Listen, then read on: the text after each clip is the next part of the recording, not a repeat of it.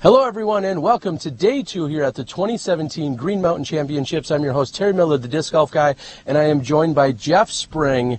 Jeff, not only are you the tournament director, but you also had part in the course design at this beautiful facility. What are we in store for today? Yeah, this is a co-design with Steve Brinster, and the course is going to play challenging today, but the wind is down, humidity is up, and I believe that scoring conditions are going to be close to ideal out there.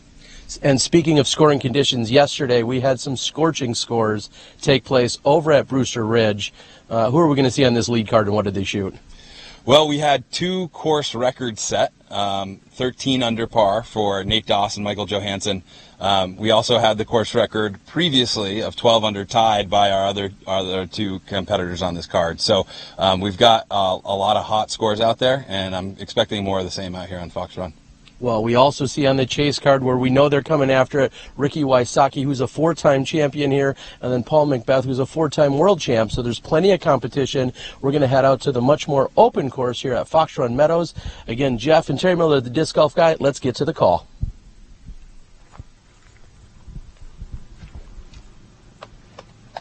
Ladies and gentlemen, welcome to Fox Run Meadows. Round 2 of Discraft's Green Mountain Championship. On the tee, from Bend, Oregon, Nate Doss. Yeah, Nate.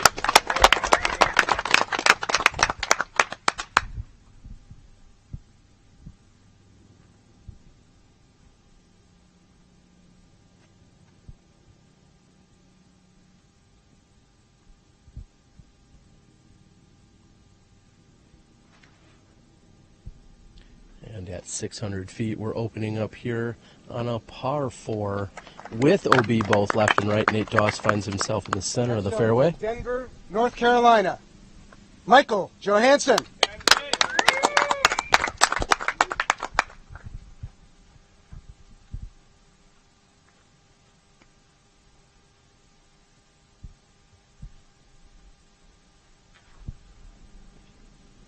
That's looking good as well, Terry. It's right down the middle. We want to see the disc move left as it's a better angle at the pin. Next on the tee, from St. Paul, Minnesota, Cale Leiviska.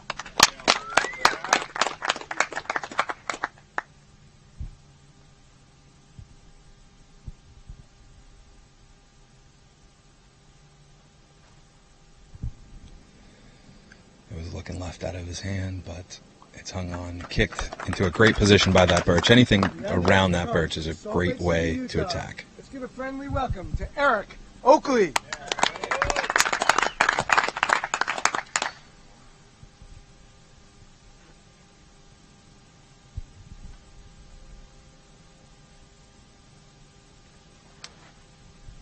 And And Eric Oakley hoping that finishes slightly left. Looks like it'll work just fine. Earlier today, the women competed on Brewster Ridge. We'll check in with them from this morning. Thank you very much, Terry. We go to round 2. We're starting on the Brewster Ridge course for the ladies today. Hole 1 comes in at 315 foot. It is a par 3. Paige Pierce first on the tee. She leads by 1, and that is going to be about a 70-footer. She's probably going to go up and down and card the par. Sarah Hokom, 3 under par over at Fox Run. Kicks right, and she's going to have a relatively tricky out to try to save her par. Valarie Jenkins, who is currently 3 strokes behind, puts up a very nice shot. She leaves herself about a 45-foot look at birdie. And Catrina Allen now. It is a beautiful day here at Brewster Ridge, about 75 degrees, almost no humidity. Sarah Hokom's second shot pins it. She'll be carding the par. Valarie Jenkins for birdie to gain a stroke. Tickle. We are moving on to hole 2.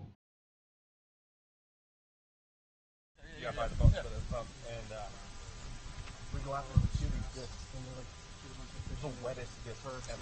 The water there is so wet. You can have a towel, wipe it off. Still there. It's insane. There's something on it. It's crazy. Welcome back. We've got Michael Johansen first to throw.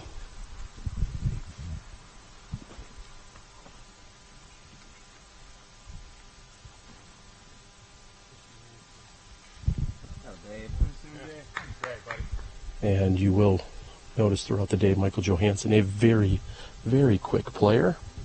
I can certainly appreciate that myself.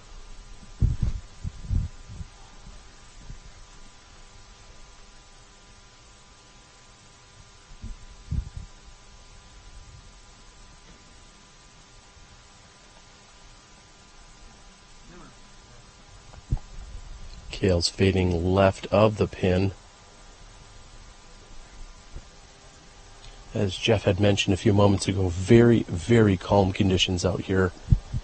This course is much more open than we found at the previous course. However, the wind could affect it. However, I don't think we're going to see that today, though.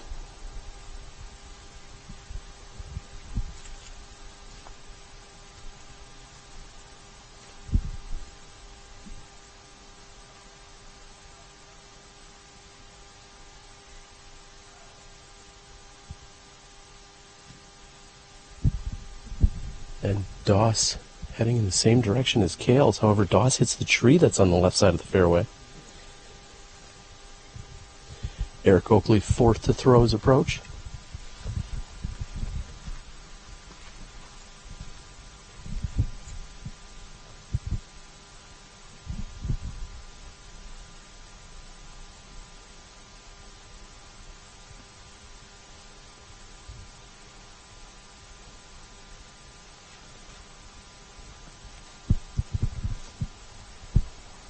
Eric working the forehand. We're going to be back with you in a moment after a word from our sponsors.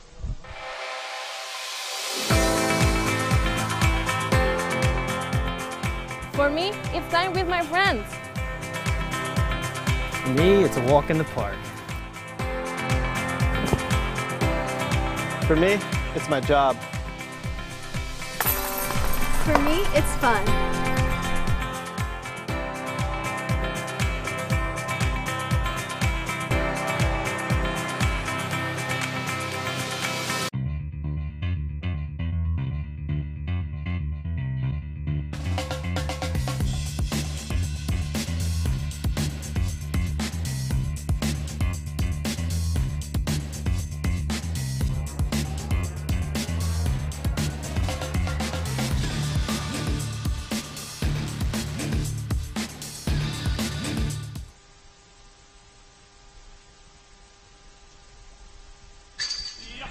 And Nate Doss, who found himself just between circle 1 and circle 2, looking at 45 feet, able to put that in for the birdie.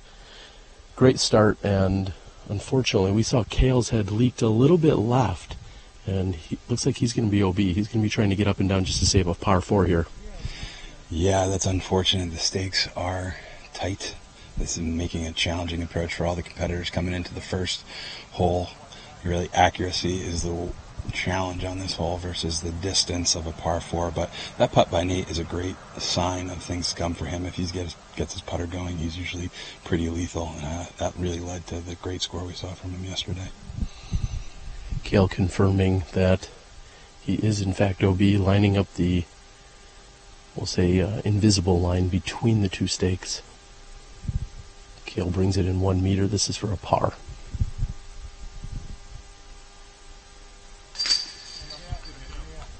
And Cale will still walk away with a par after the unfortunate OB. Both MJ and Oakley also in very short birdie distance here. Yeah, this has got to feel good for Eric, especially if he can putt to a birdie start after a hot run like that.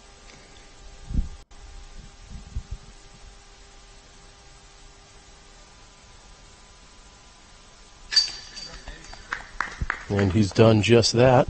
MJ distance no more than 15 feet.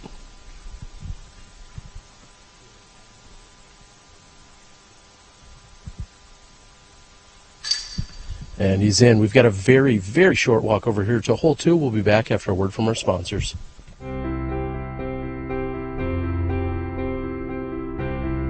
Achieving greatness requires hundreds of days of preparation, which is why the people at Vibram have worked for over 3 years to make their first ever distance driver the longest and straightest in the game. Introducing the new Vibram Lace, helping you achieve your greatness. Sun King Discs, established in 2001. Florida's most respected name in disc sports. Official retail merchandiser of the Disc Golf Pro Tour. Currently on tour supporting Discraft and DGA live inventory, free shipping at $12. All orders $19.99, ships in a box, includes single discs, large selection of both stock and collectibles. Check out the website at www.sunkingdiscs.com.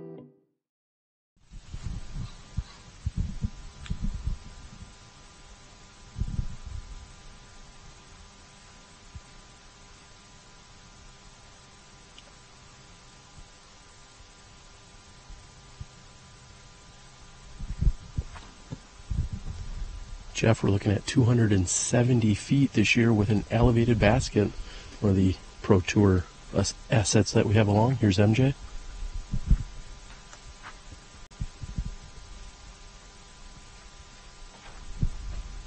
Yeah, Terry, players really need to hit this gap cleanly. It's a very direct route to the basket, but not a lot of room for error. Looks like MJ got it down there for a look just outside circle 1.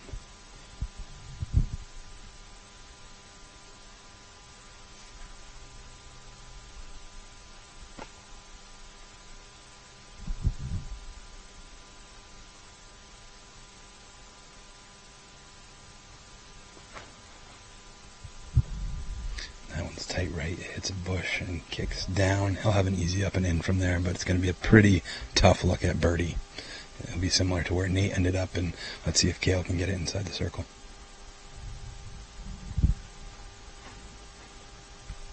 Cale steps up very quickly, fires right at the pin. He's going to be happy with that. Let's see how the women did earlier on hole 2 at Brewster Ridge. We advance to the second hole on the Brewster Ridge course, a 550-foot par 4. We're going to start with the second shots. Valarie Jenkins is in trouble on her second shot. She will have a very difficult par save on this. Catrina Allen, a beautiful shot. You just want to get as far through those woods as possible to give yourself an up and down and try to get the par.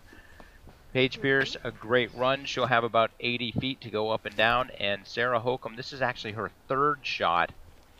That fades off right. She's going to have a pretty long approach. And with luck, we'll be able to save the bogey. Valarie Jenkins' third shot. It's not broken, I don't think.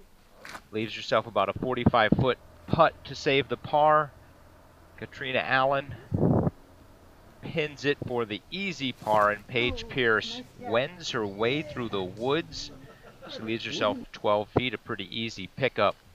And Sarah Hokom struggles but does save the bogey, and Valarie Jenkins, just like on the first hole, misses the long putt.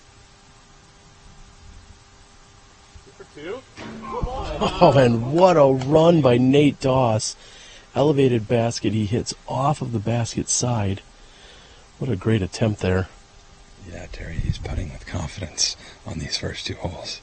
Let's see if Eric can make a bid of similar volition.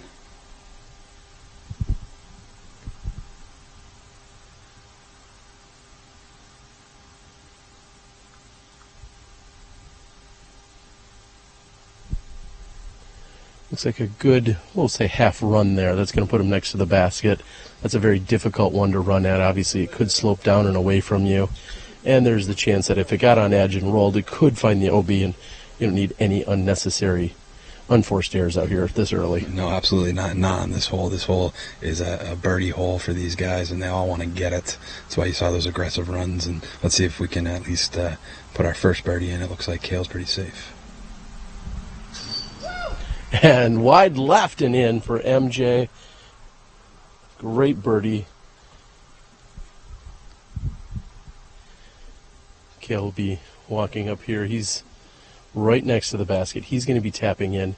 As he's doing that, I'm going to remind you the women are playing really on the other side of the parking lot, we'll say. It's called the Brewster Ridge course. That is different from what the men are playing. So if you haven't been able to tell already, yes, it is a different course. They'll be rotating back and forth throughout the weekend. And I will try to always reference which course they're at, but they're at another course. Eric's in. We're moving on to hole 3. We'll be back in a moment.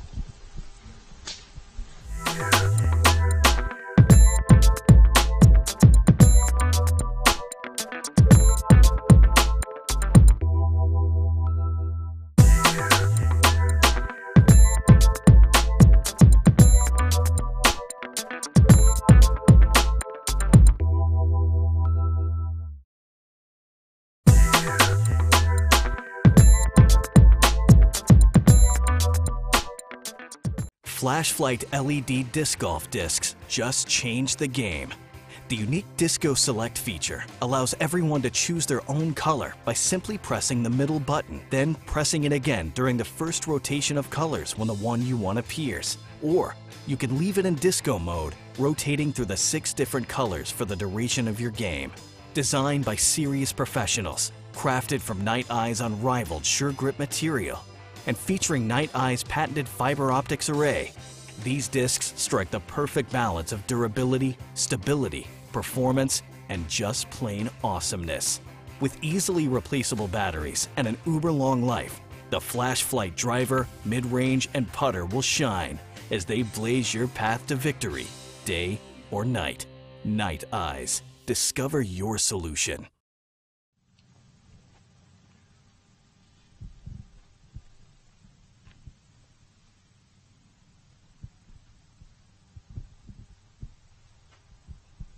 Welcome back. We've got MJ on the tee here on hole 3, 305 feet.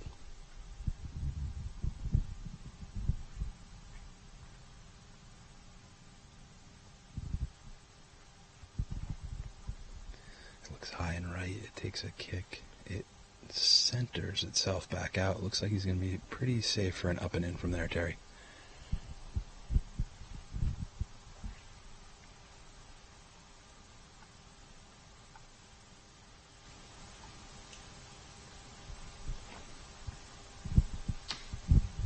Cale also gets a pretty good kick for hitting any trees early. They seem to both get relatively good kicks considering.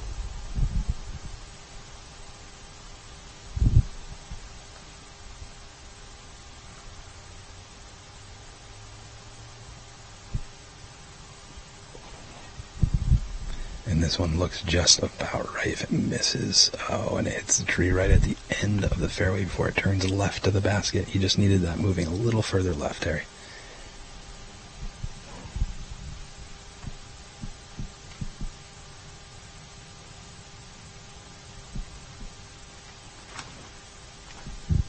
Oakley seems to have pured the gap as well, but gets a late kick towards the OB. We'll check in with the women on hole 3. We advance to hole 3, a 325-foot par 3 On the second card, Jessica Weiss got the birdie here. A very impressive drive to get it up there and give yourself a look. Paige Pierce, if that drifts left, she is good. Does not come back much. She's got about 25 to 30 feet for the birdie. Catrina Allen does not quite follow through. That is commonly referred to as a par on a 325-foot hole where the pin is not that protected. Sarah Hokom, we'll call that a par as well. Valarie Jenkins. That is a good shot. She leaves it a little short, tails off left. Here's Sarah's theoretical birdie putt. Call that a par. And Paige Pierce to gain a stroke. Good luck.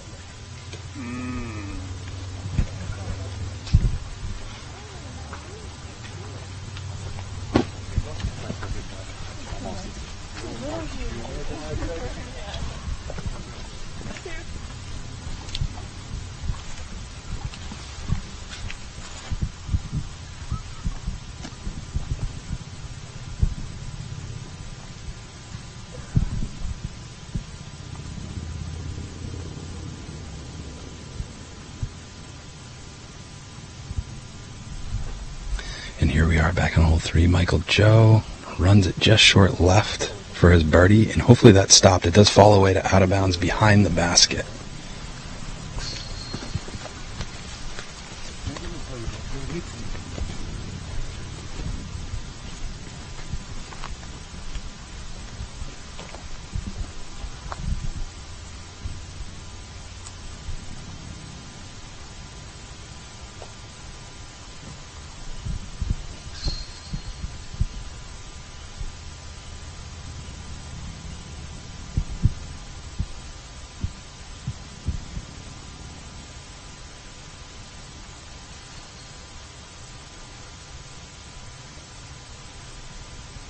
Doss is giving it a run even with the drop off behind the basket. However, it sits down no more than 7 or 8 feet from the pin.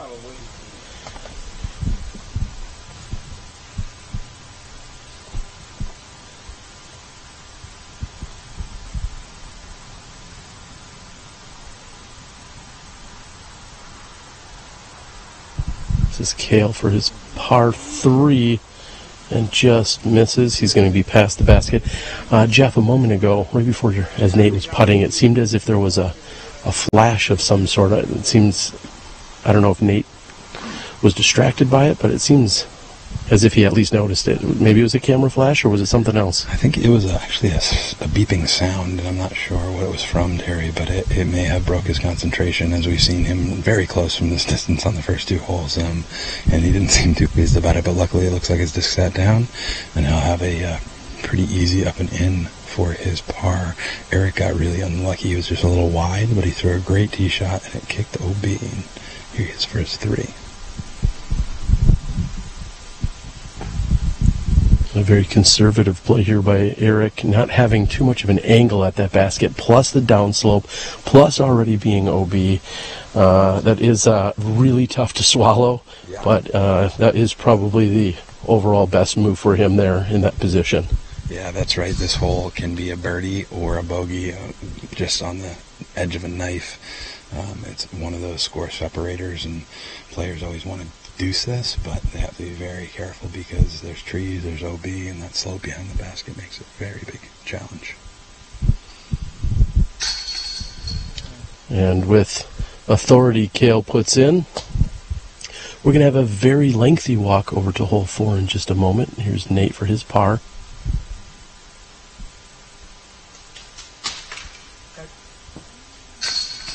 And Nate is in, as will MJ.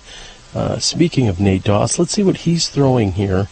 Yeah, out on this Fox Run Meadows course, we're going to see what Nate Doss is throwing today. We'll be back in a few moments. Hey, this is Nate Doss here. We're here at Smuggler's Notch Resort and Disc Golf Course. It's the second round of the 2017 Green Mountain Championship. Playing the Fox Run course. Really exciting day. Obviously, second round. We got a lot of big names up there. But I'm here to tell you what I'm going to be throwing out on the course. So my main 3 discs for this course, and really on any course, is you got to start with the trusty buzz. So I got my Nate Doss Team Series buzz here, 3-time Nate Doss buzz. We just came out with these. These are awesome. Really, really love them. My main mid, I carry like 3 buzzes, different ones, but this one I just added recently.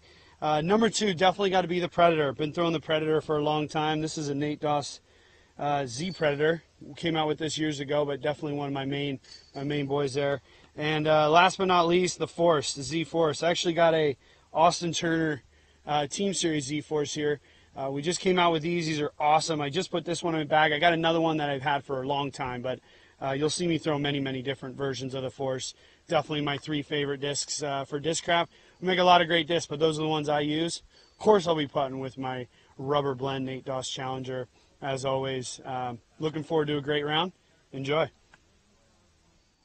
Terry Miller, the Disc Golf Guy, and I've caught up with MJ here on our lead card. MJ, sponsored by Discraft. What are going to be some of the go-to discs that the viewers at home are going to be looking at today? Well, I'll end up throwing my Undertaker a lot on quite a few control shots where I'm not trying to get too much. And then my approaches and longer range shots that are outside of my putters, I'll end up throwing my Comet a lot, this TI Comet a lot. And then for any of my long range distance stuff, if it's not too windy, I'll use probably one of my cranks, this one, or probably my pink one. And then when it gets to, like, I don't know what the water holes are and some of the other ones, I'll throw this nuke on quite a few shots just in case of the wind. And then I putt with the putter, so the ringer, so hopefully that'll be out a lot and working. Hopefully not too much, not more than once per hole. Yeah, so we've got a pink ringer, we've got an orangish colored nuke, reddish orange, we've got a pinkish colored crank, and then one of your main go-tos is your 2015 Ledgestone Edition TI Comet. You'll be watching MJ throw that throughout the day. Yes. All right, good luck out there. Thank you very much, sir.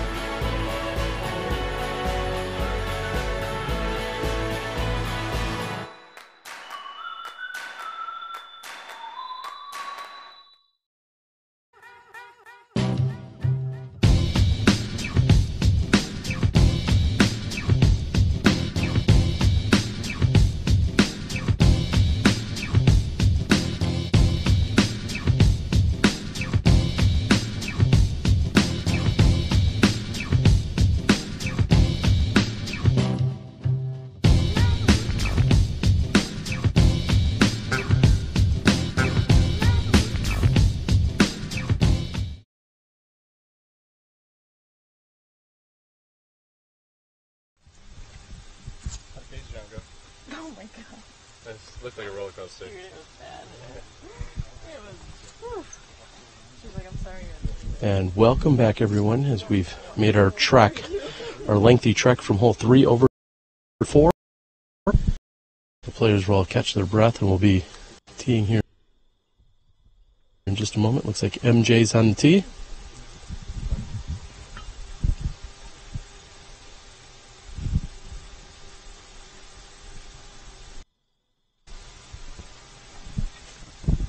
And tell us a little bit about the play, whether it's straight up the middle or it's the hyzer that we just saw from MJ. Well, it hits you there. If you go straight up the middle, you're going to be wanting something to fade right, so it might be a big forehand, but you really got to flex something to get it to this long uphill 470-foot hole.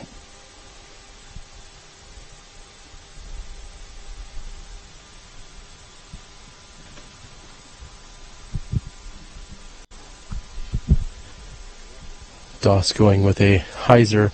Now, Jeff, I believe we're seeing a slightly different tee this year from what we've seen in the past? That's right. Due to some wetland buffer on the fairway on the right, we had to let that grow back in. So we've moved this up to a long par 3. It's really going to be a difficulty change as we see Cale with another hyzer out wide. That one did not flatten as much as Nate's. I expect that to be a little bit shorter. Nate might actually have a circle 2 look at this.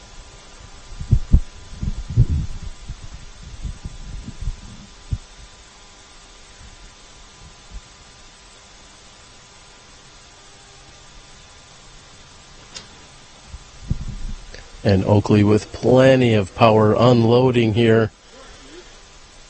That is a great looking shot. Let's check in with the women over at hole number 4 at Brewster's Ridge earlier this morning. We move on to hole 4 at Brewster Ridge, a 575-foot par 4. No women have birdied this so far. We come to the lead card. Paige Pierce is on the tee. And Paige Pierce is probably not going to be birdieing this as well. She's in trouble off of her drive. Catrina Allen, a beautiful shot, pure as the lane. She will have a very long second shot and a good look. Sarah Hokom, who is currently 2 strokes behind the leader, gets a good shot and a bad trickle into the woods. These woods off to the side are very dangerous, much like Idlewild. Valarie Jenkins throws it. A very nice shot. Get away from that little tree. And that is not a good place to be either. Tough roll for Valarie there. Smart pitch out right to the blue tee, which we know is 490 feet. Paige Pierce's third shot now is a beauty. She leaves herself with about 55 to the pin. Valarie Jenkins' second shot. She puts her disc right on top of Paige's. Sarah does the old pitch out. And then also from the center of the fairway throws a really nice third shot. She might have a chance at saving par from there. She's probably 40, 45 out. Classic Valarie Jenkins splits the gap. She will have the easy par.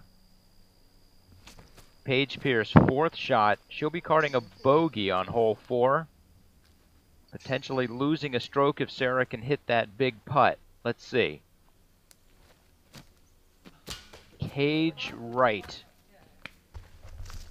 Catrina Allen does hit the par, gains a stroke on both Sarah and Paige, and we're moving on to hole 5. Back to you, Terry.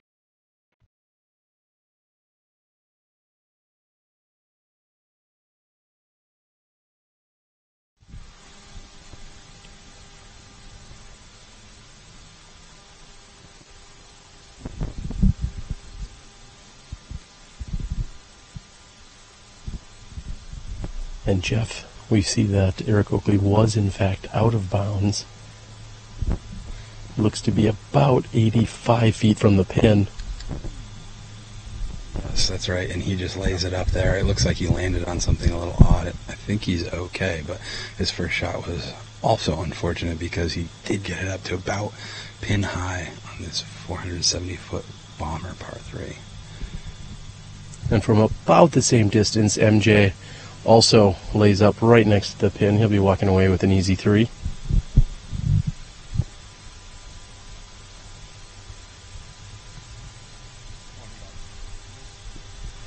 Good bid there by Cale Leiviska. And as Nate has the furthest drive in the group, I'm not sure if 200% humidity is a thing, but if it is, it's happening right now, is it not? It is, Terry. That's about right. It's humid out here. There's no rain in the forecast, so I think that we're seeing the conditions that we'll see for the next couple of hours as we see that Nate Doss got inside circle 2. So let's see if he can convert on this very challenging birdie.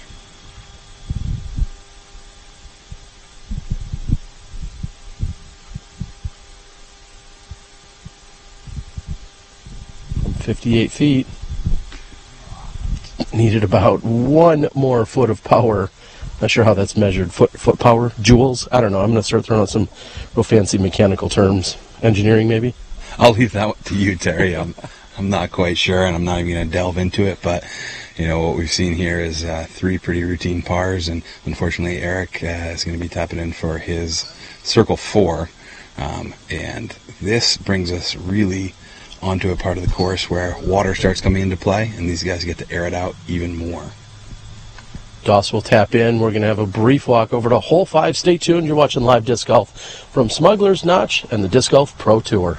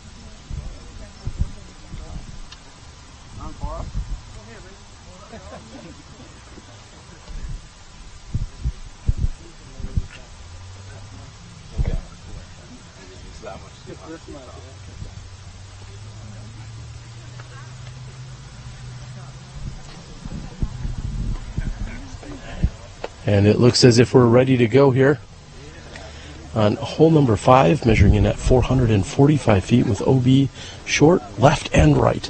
Everywhere but in the basket. Well, not quite short, Terry. It's going to be open until the basket, but the water is in play here.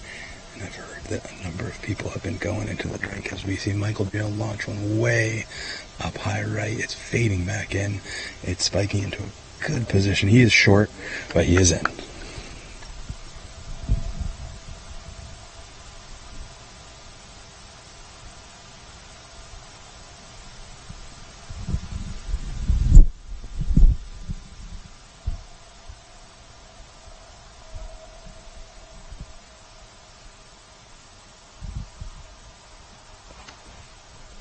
Doss going with a Predator out and around that same right side.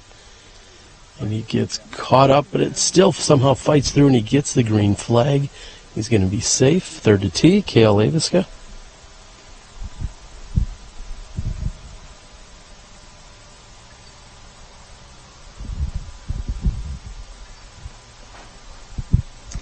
This one looks a little wide as well, Terry. He's lost it, right? He's got to get another punch through, just like Nate.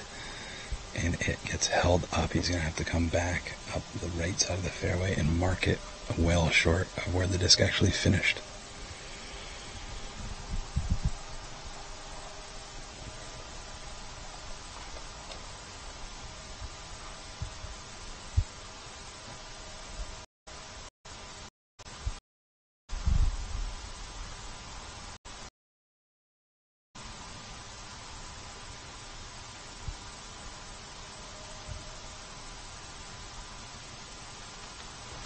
And Oakley goes up the center of the fairway. A little different approach.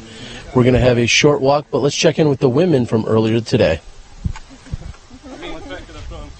We approach hole 5, the 285-foot par 3.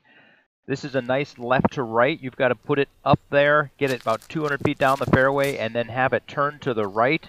Catrina Allen has a pretty good shot. She did not look happy with that. I think it turned right a little bit early. She's going to have a very difficult birdie shot.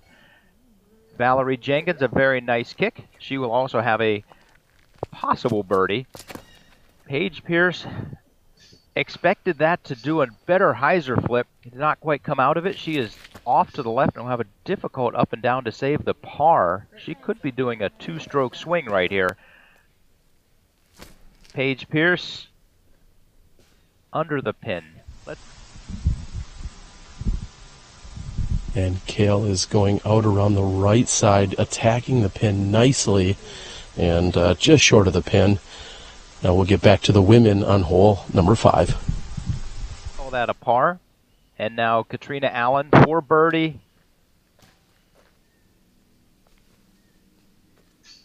Valarie Jenkins misses the birdie as well. Sarah Hokom from 36. Out at third. We move on to hole 6. Paige Pierce still up by 2.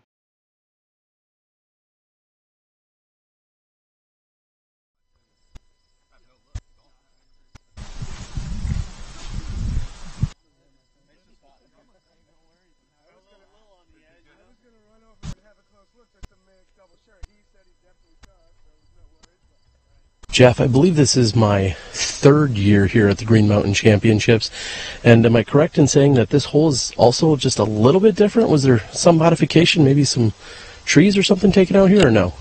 There has been modification, mostly to the out of bounds. We bubbled it out a little bit more back right, making it a little bit more generous for people that are going to be attacking the basket. We did knock down a little bit of high grass. Nate's playing it safe here, and it's probably a good call from that distance with the water right behind the tee.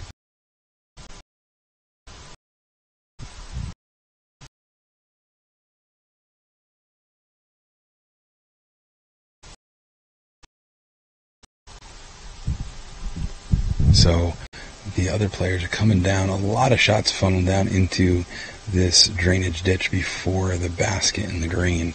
Looks like Michael Joe's just outside.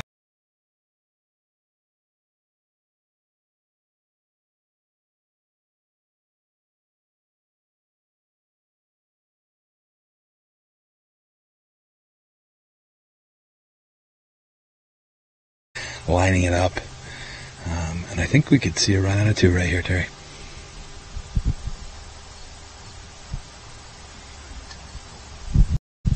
And almost converting. Really. And speaking of running, make a quick scores. We had Discraft. Nate said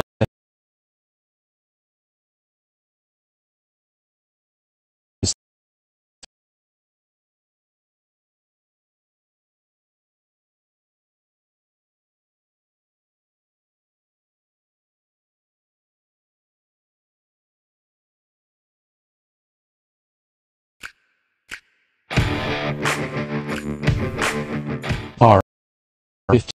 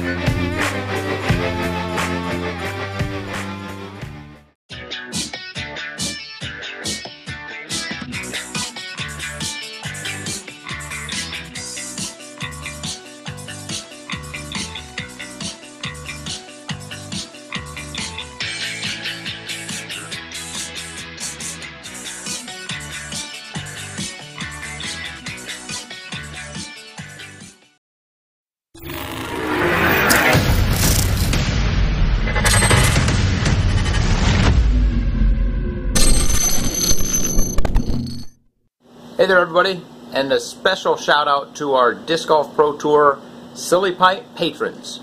You guys are what makes this whole thing happen. So, a big shout out to each of you. We now have 8 Silly Pint patrons. Thank you all. I'm going to say thanks to each of them right now. Patrick Yo, this Silly Pint is for you, and it's full of nice ice cold water.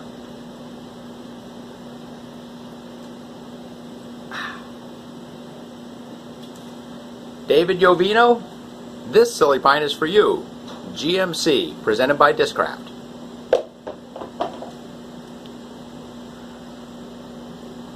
Tobin Brennard, thank you very much. This Silly Pint is for you. Got the number 2 for our 2nd season. GMC, because that's where we are. Thank you, Tobin.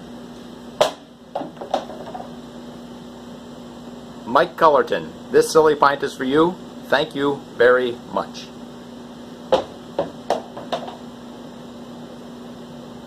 Alan Risley, Pro Tour symbol, GMC symbol, this Silly Pint was specially made for you. Brian Megas.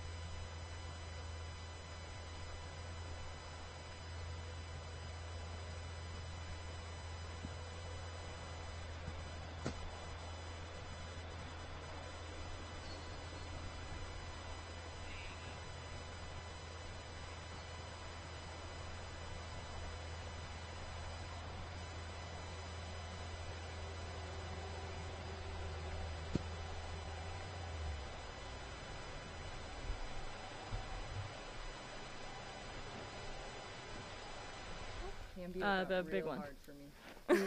You barely touch it. Yeah, they just explode. We move on to hole 6. 225-foot par 3. You just want to get out of this gap and give yourself a putt. Catrina Allen. That is a very good shot. She is 15 feet away. Call that a birdie. Valarie Jenkins. She also, even with the slip, gets out of the gap, gets a nice little roll to the left. She's got about 15 feet for the birdie as well. Paige Pierce puts that a little high. This is out of bounds. This hole is actually circled by OB. Paige Pierce's third almost saves the par. A beautiful run by Paige Pierce. Sarah Hokom for birdie to gain 2 strokes and tie for the lead. Sarah's now going to be 1 back. That means Valarie and Kat will both be carding the birdie, gaining 2 strokes on Paige, 1 stroke on Sarah. Jessica Weiss is moving up from the back. Things are tightening up on the women's side. Thank you very much for supporting the Pro Tour. This Silly Pint is for you. And if you'd like to support the Pro Tour, you can go to patreon.com/DGPT. Oh, we got 2 more. Daniel Reynoso, thank you very much for supporting the Pro Tour and for helping out with live scoring a ton last year. You were a good man. And last but certainly not least, Tom Schneider of shoptom.com. Thank you, Tom, for all of the consistent support. I look forward to saying your name again next year at the tour, next month at the Tour Championships. You guys have a great day, and we'll see you next time.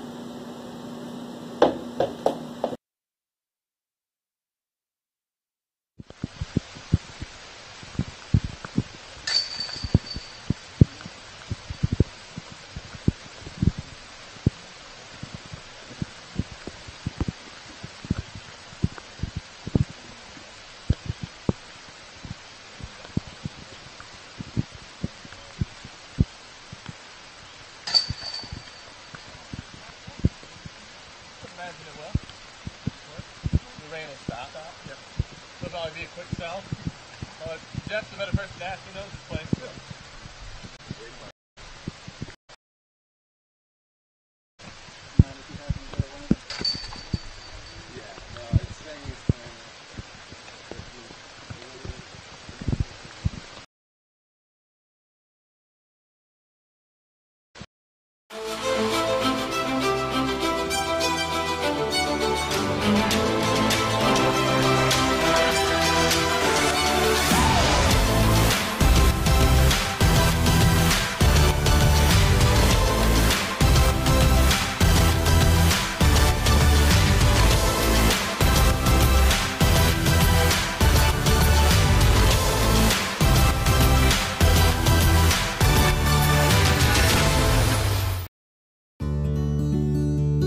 Tempercraft USA.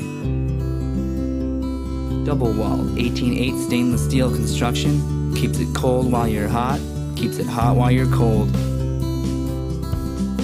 Get your customized growlers, tumblers, and sports bottles with a lifetime warranty and 1% back to the planet. Tempercraft USA. Temper your thirst.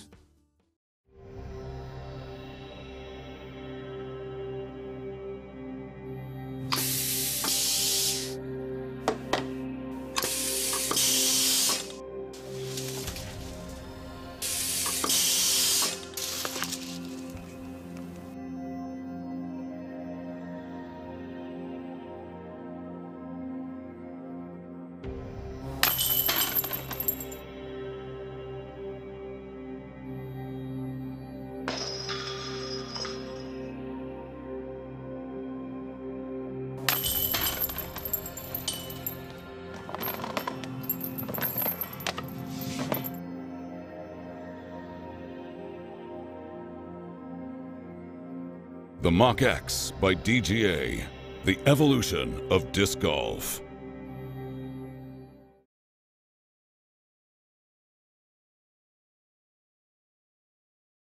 Hey, this is Cale Leiviska from St. Paul, Minnesota. I'm out here at the beautiful Smuggler's Notch Resort in Vermont. Looking forward to our second round at Fox Run. My most used discs today are definitely going to be my beefy D1. A lot of ropes out here, try to throw something overstable. throw it hard, keep it in the ropes. Secondly, the disc that I throw the most on pretty much any course is my M4. The course that we played yesterday in the woods, I throw this a lot more, but I'll definitely still find some use for this today. And then for all my upshots and putts, I'll be throwing my 300 PA3. Hopefully she finds the basket today.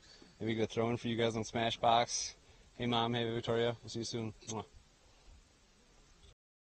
Dynamic discs, and I'm going to show you guys what are going to be my workhorses today out at Fox Run Meadows. I'm going to be using the Lucid Enforcer. I'm going to be using this a lot for sidearms and backhand hyzers to make sure I stay in the fairways. It's a good, reliable disc with a lot of speed, and it goes pretty far. Fairway-wise, Lucid Felon. This disc is going to probably be pulled out for a variety of different shots, flex shots, just pipe tunnel shots, and a lot of hyzers, keeping me, again, safe and in bounds. When I'm approaching the basket, I'm going to be using my Justice a lot because the key out here is staying close to that basket and making sure your putts are as easy as can be. So the Justice helps me do that. And then I hope I can get my classic Wardens to be flying like they were yesterday and keep me some clean putts so I can have a real good round.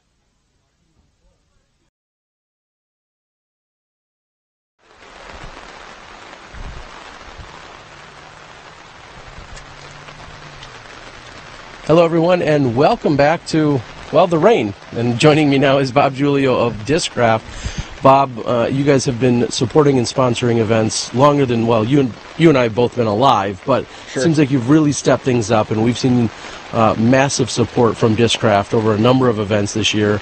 I think back to Pittsburgh just a couple weeks ago. I think back to Ledgestone a few weeks ago. Sure. I was in Des Moines, Am Worlds, everywhere. And there's hundreds of other ones, including the Green Mountain Championships. Yeah. How are things going for you guys? Great. We're looking for eager and excited people that are looking to grow events. We want to work with them, so giving them the opportunities with their hard work, and it's paying off. So. Well, if you could just request that there wouldn't be any rain at events. It seems as if it's picked up. We thought it was just about to get past us, and now all of a sudden the rain is coming down much harder. We're hoping it's going to clear in the next 5 to 10 minutes, and our chase card, they're actually waiting on hole 7. They're digging around for some discs, so our lead card isn't able to tee. Hopefully this rain can push through and we can get back to some stellar play. Yeah, absolutely. I mean, it's still beautiful out here in Vermont, and having a great time, and we'll put that in the report for next year. No rain. We see two of Discraft's finest out here this weekend on the lead card right now. Nate Doss, Michael Johansen. Last weekend I watched Austin Turner take down a big event in Nantucket. Absolutely. We're seeing some stellar play out here. There's plenty of season left. Any predictions for the rest of the season? No, I think all the guys are, buckling down and pushing hard throughout the rest of the year. So anyone could take anything. I mean, it shows last week with Austin taking that win. It was a huge win. So as long as they keep hustling and putting in the hard work, I think we'll be fine. Well, it was great to see Austin Turner, the young gun, touring around quite extensively with Jeremy Coling these days.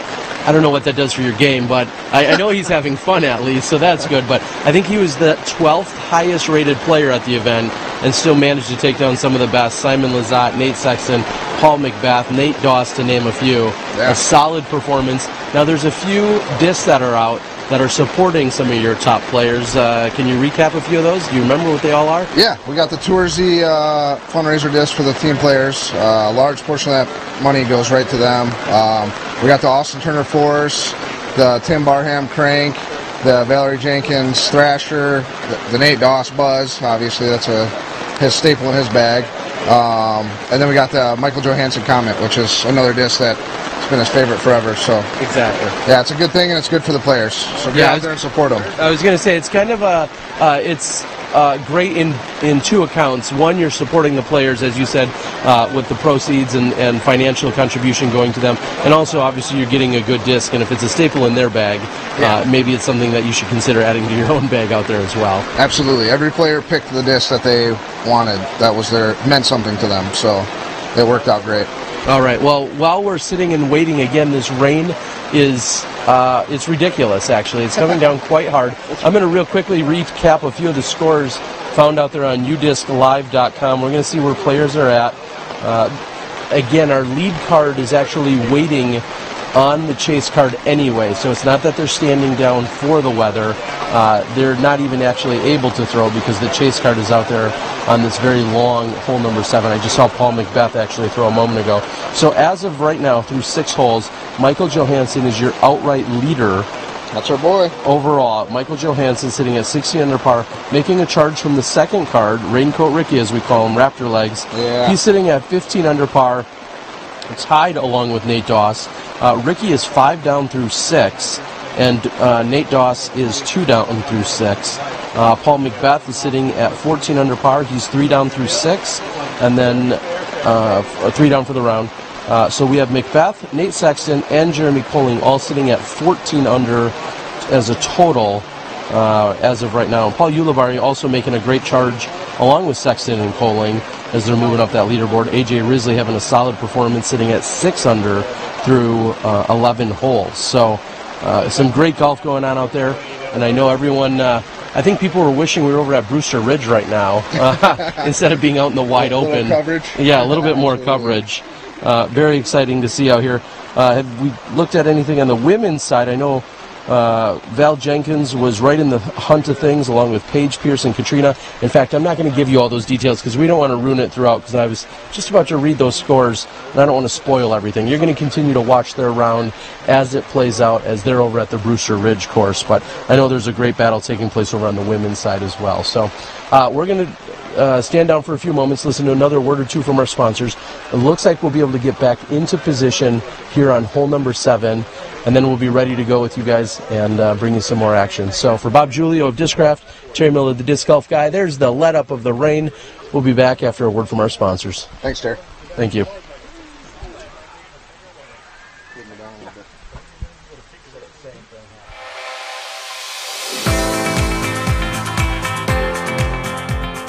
For me, it's time with my friends. For me, it's a walk in the park. For me, it's my job. For me, it's fun.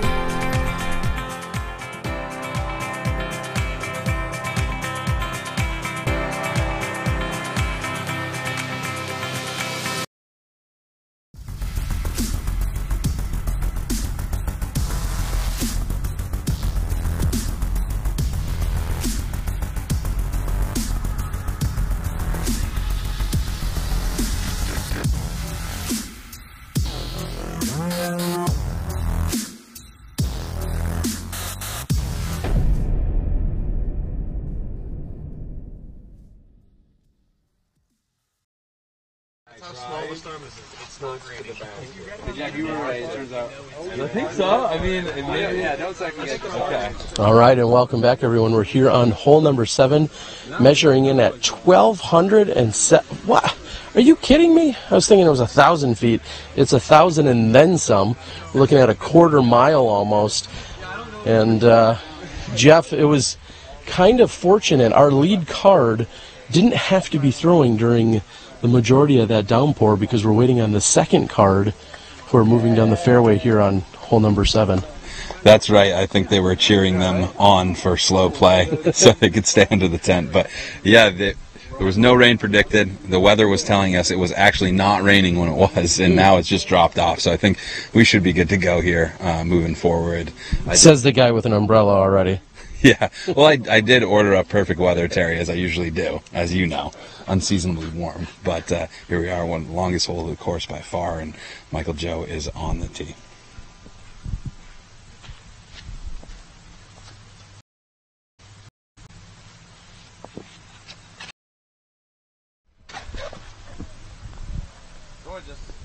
And a great looking shot by Michael Joe going out over the OB on the right hand side, easily clearing the OB ravine ditch area.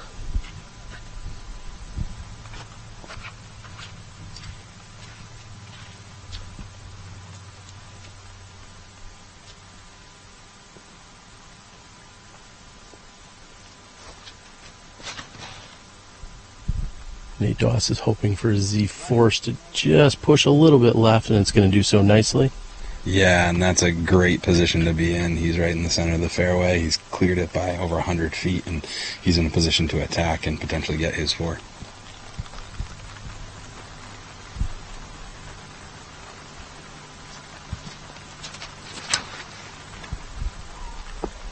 And a powerful unleashing here by Eric Oakley. He gets up and over as well. He's going to be in great position. And fourth to tee will be Cale Leiviska. Yeah, looks like 4 for 4. Going to try to go over here, Terry. And going with something that stands up a little, turns for him, and then fades gently. What a beautiful shot. We'll be back in a moment after we see how the women did on hole 7 at Brewster Ridge. We move on to hole 7, a 365-foot right to left dog leg. Catrina Allen got the birdie on hole 6. Here is her drive on hole 7. On a 365-foot shot, she throws it about 340 in a perfect right to left. Valarie Jenkins just wants to follow that path. A little bit lower. Can it fade left? It fades left a little bit later, cuts in, actually goes past the basket. She's about 15 feet away for the birdie. Here's Sarah Hokom's second shot. She lays it up very nicely. We'll be carding the par. And Paige Pierce for birdie. Catrina Allen and Valarie Jenkins have an opportunity to gain another stroke on Paige Pierce. That would be 2 strokes in 2 holes. Cat connects, as does Valarie. Things continue to tighten up on the ladies' side. On to hole 8.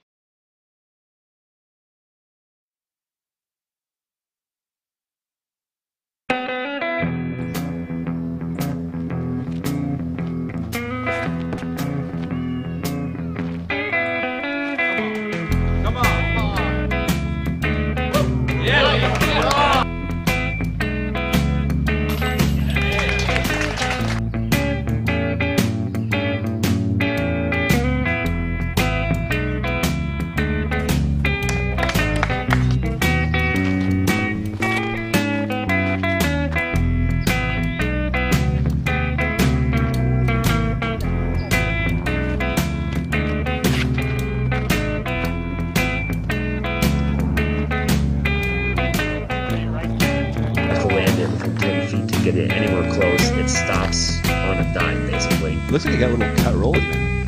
Yeah. Doss going back to that TI Buzz. It's tough to have a good putt long. Gotcha. Doss going TI Buzz. Just the perfect height. See. And Michael Joe with his second. He's using the bubble effectively, playing into the soft spot of the fairway. Looks like he's sitting a little further back. That's going to be a long shot if he's going to try to attack that basket. And here we go. Eric's going to try to push it a little further up and into that bubble.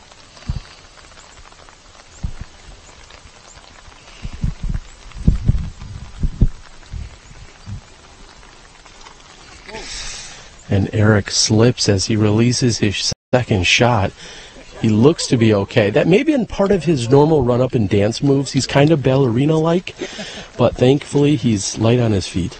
We'll give him the benefit of the doubt on that one because the shot actually worked out beautifully.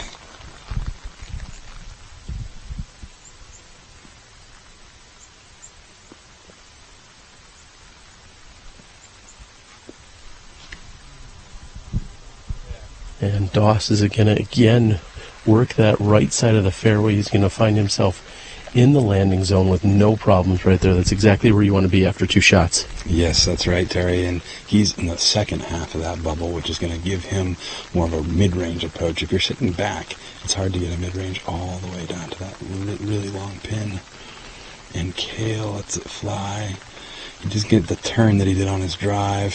He's asking for it to go, and he's sitting back in the middle, so Nate's in the best position. We see Cale and Eric kind of right in the middle, and Michael Joe sitting back, so let's see how they approach this basket tucked back in the right corner this year, which is another change on this hole, Terry, and what has given it some of its extra length. I was noticing just the same. We're going to cut away and listen to a word from our sponsors. We'll be back in a few moments.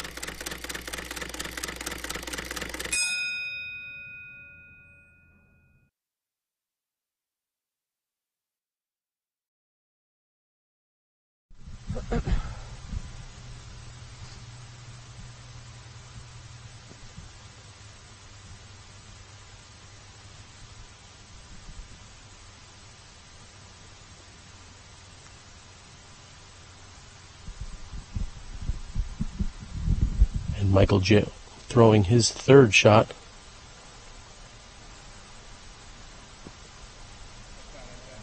He'll be short of the basket. Looks like he'll have a medium-sized approach from there, maybe a long putt, but really what looks to be a more of an approach. Playing this for the 5.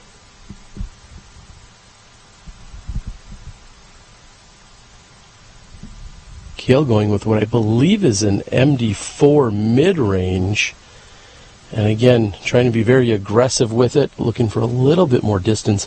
All 4 of our players are within 40 to 50 feet of each other here off of their second shots.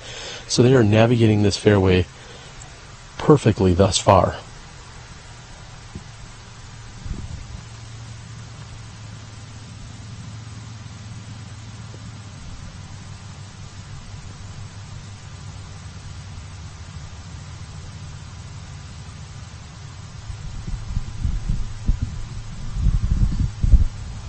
Oakley with the forehand, is that going to work for him, Jeff? It looks like it's trying to work its way back, and if it gets going right, oh, and he's okay. Yeah, the wall is inbound, so it was plenty deep. It looks like he's probably going to be right on the edge of the circle, but he may have a weird stance for his putt, as we see Nate lining this up, and he's got his glow buzz, and this is lining up for a dead straight bullet at this basket. And that's not going to have enough power. I'm not sure if he just released earlier, possibly had a slip there with all of the wet conditions going on, but right out of his hands he was expressed a little bit of frustration. I don't think I can repeat on the air what he said. I'm just kidding. But a little bit low, a little bit short, and left. So Jeff, as I was saying, after being here a few years, we see another pin change. It was, I believe, still a par 5 prior, but now it's a longer, tougher par 5? Yeah, we had a pseudo island green over by the maple on the left. Played about 150 feet over there, and we're asking players to throw over OB to land on the island, or they could play around toward without challenging the OB. But we found that playing this hole a little different, like that, it was a big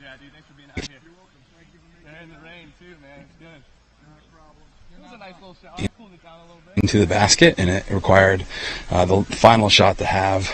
Last year we were seeing, a lot of people spiking it in there and finding their 4 pretty easily, and this really adds a really cool approach to this long par 5.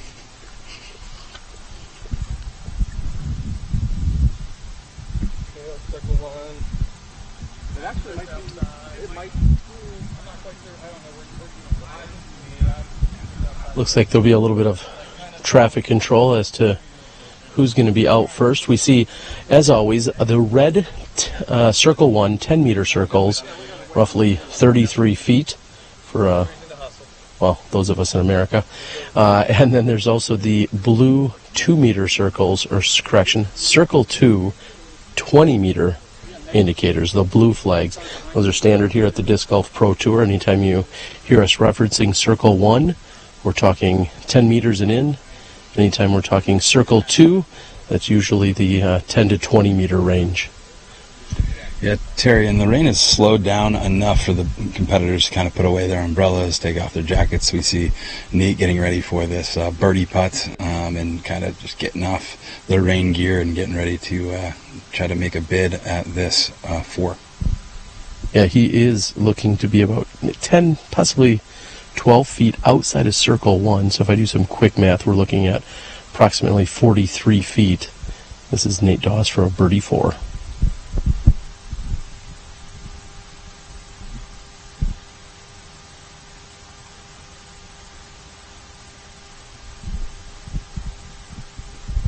And just like his previous throw, as soon as it came out of his hand, there wasn't enough juice on it. Yeah, that's right, and that would have been a big putt for somebody sitting in tied for second. We're still on the front 9. There's a lot of golf to go, but that magic that we were seeing from Nate is wearing off a little, and he's going to have to try to recapture that with a couple good putts in the next few holes. But let's see how Eric's going to approach this. His outs yesterday was what really drove him to that 12 down score, as he went 4 for 4 outside of circle 1 and inside of circle 2. So let's see if he can keep that rolling.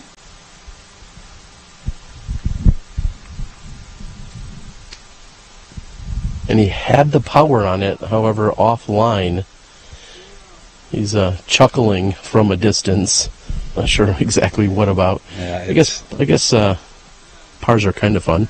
Yeah, pars are fun. This one, I think every competitor is usually okay walking away with a 5 as long as there's not a circle on their card. But yeah, I think Eric was just laughing because on his takeaway on that putt, he had a little bit of the rock wall to deal with, and I think it caught the limb right out of his hand. So I don't think we can blame him too much. You know, his putting has been so solid. So let's see how Michael does.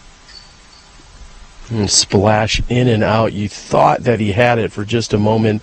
However, that splash on the left side doesn't catch enough. And Cale finds himself at about 25 feet. He's got a great look at birdie here. Yeah, I expect him to make this, Terry.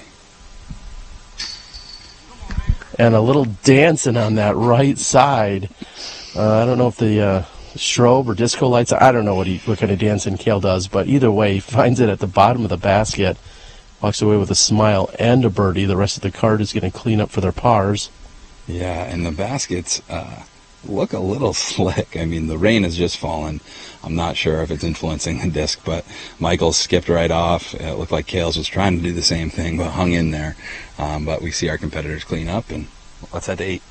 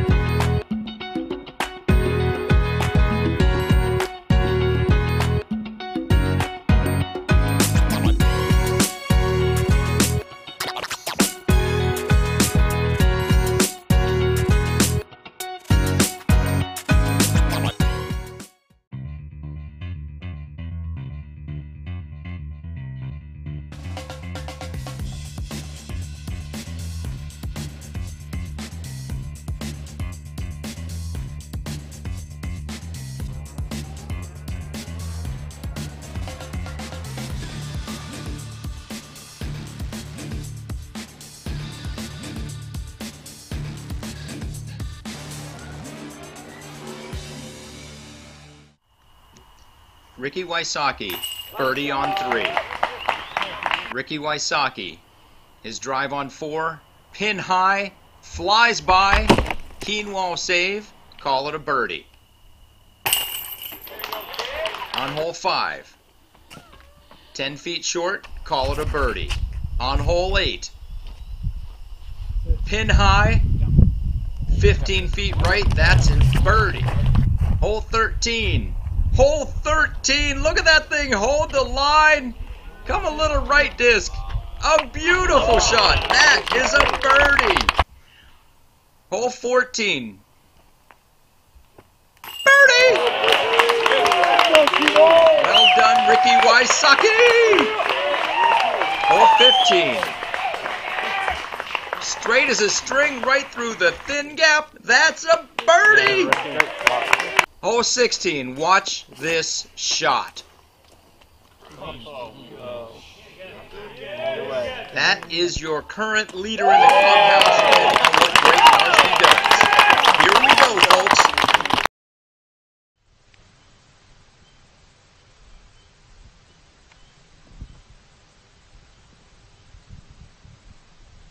Welcome back, everyone, to hole number 8, where now, again, we feel the rain picking up just enough to be annoying. We're moving on to a very difficult hole number 8, which has very much of an S pattern to it. I don't know if there's going to be S words slung around here, but it's a very challenging par 4 with OB both left and right, Jeff? Yeah, it's a wide fairway, Terry, but most pros use all of it, as we see Cale pushing the envelope right now, and he has used all of it. He does. He comes up about 3 to 5 feet short of the OB. Had the grass been any shorter, it may have carried out past the white stakes that indicate the OB here. The grass is plenty wet, however, at a healthy length. Yeah, and it looks like to me that Cale taking out that M4 that he always throws and throwing it up that left side, he's playing this as a par 5, or really playing for his 4. Michael wasn't getting too aggressive either. It takes a special 2 shots to get up to this pin, and actually there's probably going to be some adjustments to this hole in the future, but right now this is playing as the most difficult birdie on the course, as we see Nate doing what you need to do to have a chance at that 3, which is flexing a big old drive up the fairway and into the S-curve. If you were going to place your disc anywhere with a realistic drive, you would basically put it where Nate has just landed. That was an excellent shot by Doss. You could always use a little more distance, but he has really put himself in a good spot. Oakley is going to challenge the OB, but come up inside. He's no problems there. Let's see how the women did earlier on hole 8 at Brewster Ridge.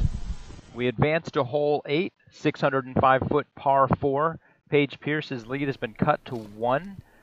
Sarah Hokom's charging fast. Catrina Allen puts that in good position. She'll be able to go up and down and card the par. Sarah Hokom's second shot, she just wants to get it farther than that. Sarah Hokom has a challenging third shot to try to save the par. A very generous delay by that first tree. Valarie Jenkins will go up and down and card the par. And Paige Pierce, kaboom! She's left herself with 15 feet for the birdie. Sarah Hokom needs to go up and down to only lose 1 stroke. Here is her third shot. It goes over the basket, about 25 feet past. Here's Sarah Hokom for par.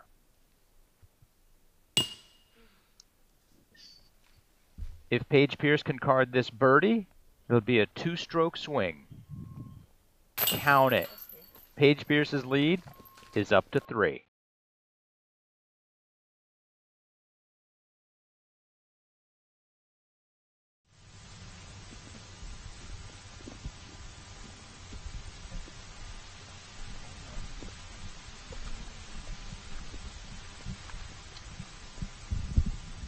And after finding Cale on the left side of the fairway, he's going to throw a hyzer into a skinnier portion of the S-turn we referenced earlier.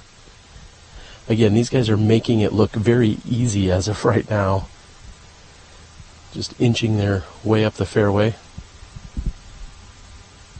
Cale will still have plenty of work to do from there, just to get up and down and take his 4.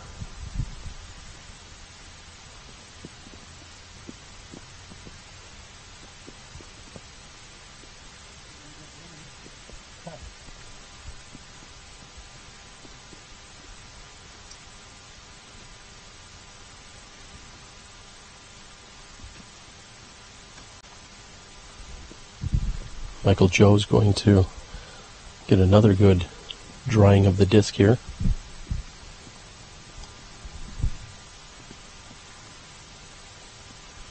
And that's going to fight that left side line, and we're going to have to see when we get up there. I think he's past the OB.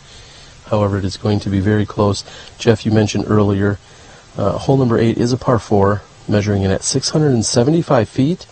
And it is playing at .67 above par, so certainly playing closer to a 5 than a 4, and plenty of challenge out here.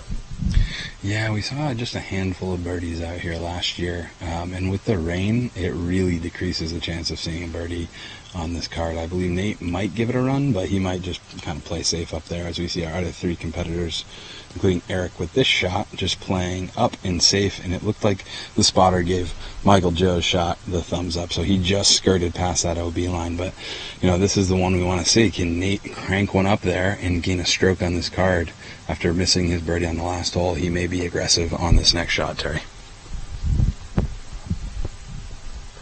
Michael Joe is officially sharing the lead at this point with Ricky Wysocki.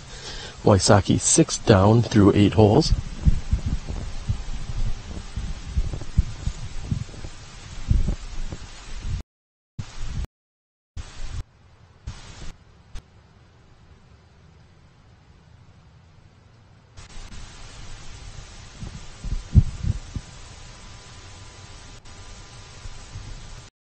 And Dawes fighting an uphill approach, throwing slightly uphill, but that looks to be a great shot. Yeah, he's giving himself a look. I'm guessing that's in between circle 1 and circle 2. It is a long way up there, but being on the bag for Nate in the past, the one thing I can tell you folks at home is that he has confidence in himself. If he feels he can make a shot, he's going to make it. So I'm not surprised to see him rip that shot up the hill, even with the OB getting tighter around that basket.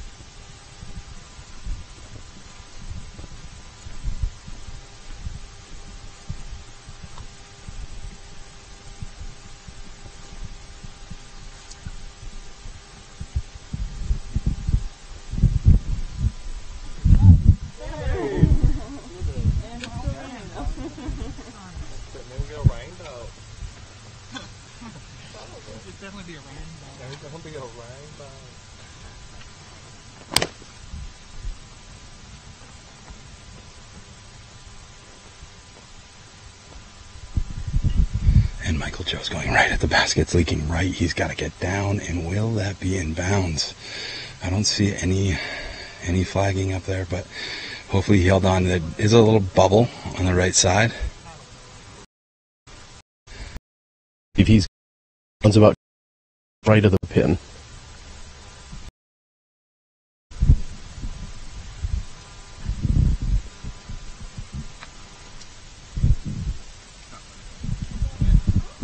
A great looking shot by Cale. Again, just playing for the 4 here, which is clearly a pretty good call when you're looking at an average of 4.67. And I mean, it's maybe even pushing it for the pros as the most difficult hole on course. As mentioned, there was only a few threes. Nate was one of the birdies last year, so I think he has a little bit of confidence to be aggressive on this hole as we see Eric approach.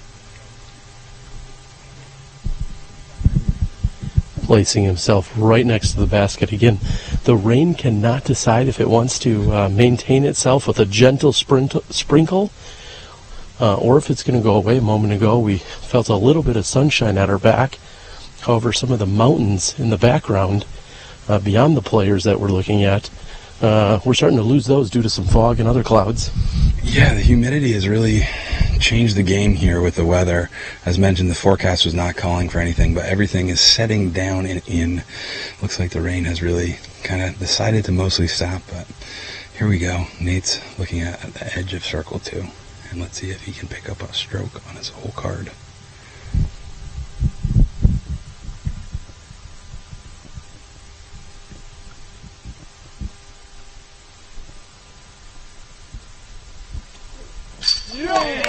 And what a putt by Dawes.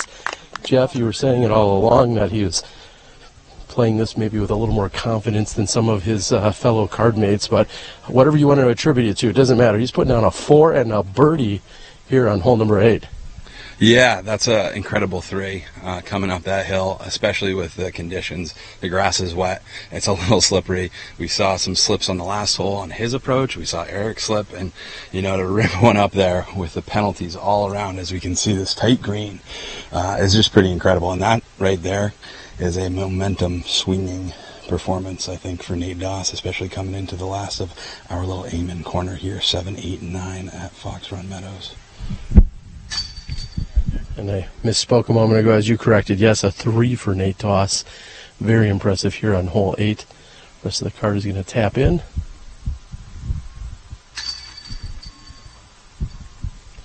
And we're going to have a brief walk over to hole number 9. We've got a gorgeous back half of the course in store for you.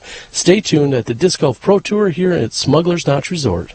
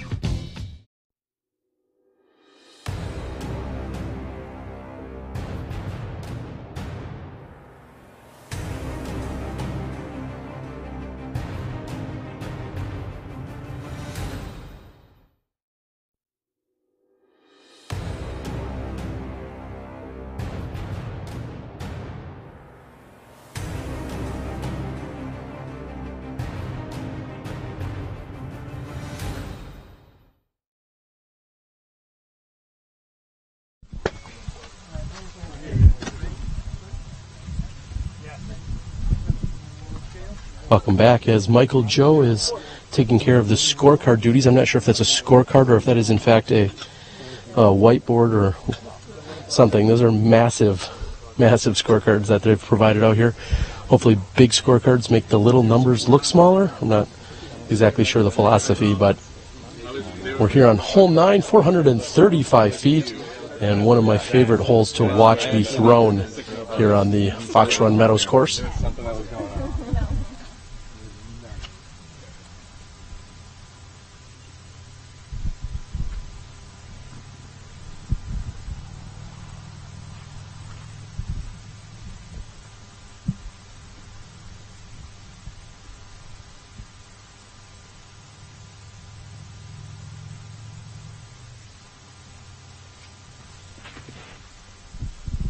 And Doss with the tee, he's pushing that right side. He's hoping that's going to come out cleanly. And it does come out. There was a little bit of a collective gasp there as we were worried about possibly getting hung up on that right side.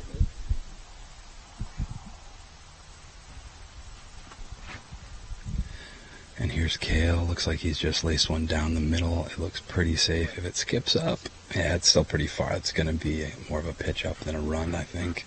Let's see if Michael Joe is going to be any more aggressive here or if he's just going to play it safe.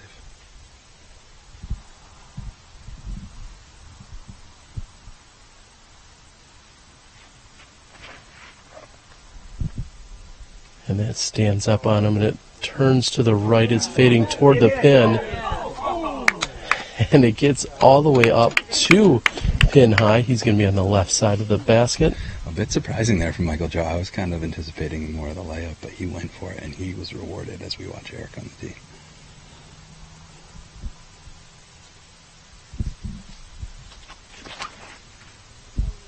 And Eric keeping it low. Also on that right side, however, it's hooked up at just the right moment. We'll see if it gets a skip. You'll have a putt from there. Let's see how the women did earlier on hole 9. We advance to hole 9, a gettable 205-foot par 3. Paige Pierce leads Sarah Hokom by 3. She puts this up. It fades to the right. If it comes back a little, it does not. She's got about a 20-footer for birdie. Catrina Allen, early tree left. You do not want to get off this fairway. This is an unforgiving fairway. Very challenging par 3, 205 foot. The gap isn't that tight. Valarie Jenkins should get that gap every day. She should be able to go up and down and save the par.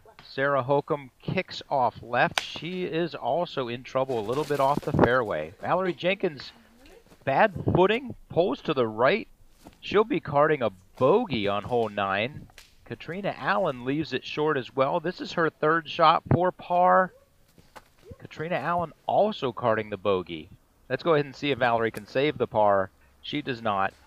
So Catrina, Valarie, and Sarah all card the par. Paige Pierce for birdie chains left. She still gains 1 stroke on everybody. That's 3 strokes on Sarah over the last 2 holes.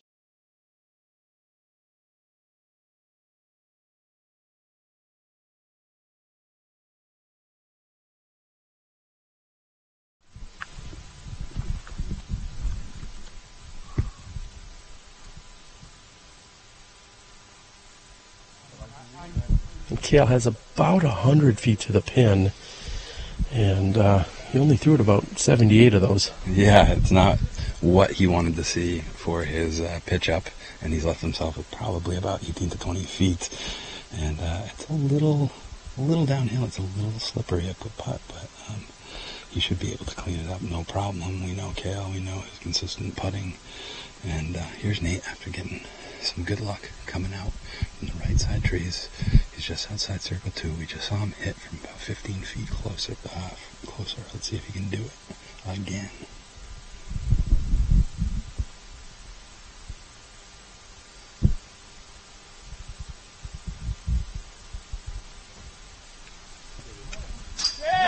And having a day here is Nate Doss. What a putt by Doss. Looking at close to 100 feet. He was at least 25 feet behind circle 2. I guess that's maybe, we'll give him 85 or 90 feet on that putt. Doss is dialed. Yeah, you know, just his putting alone has been a saga as we saw him get off to a really hot start. And then we had the mystery beep on hole 3, kind of knocked him off course, and we were asking ourselves, is he going to find that touch again? And he absolutely has. He didn't get his putt to fall on 7, but he's backed that up with 2 outside the circle bomb putts to really move back up the leaderboard here. And here's one of the best drives of the bunch. Eric's just outside the circle, Terry.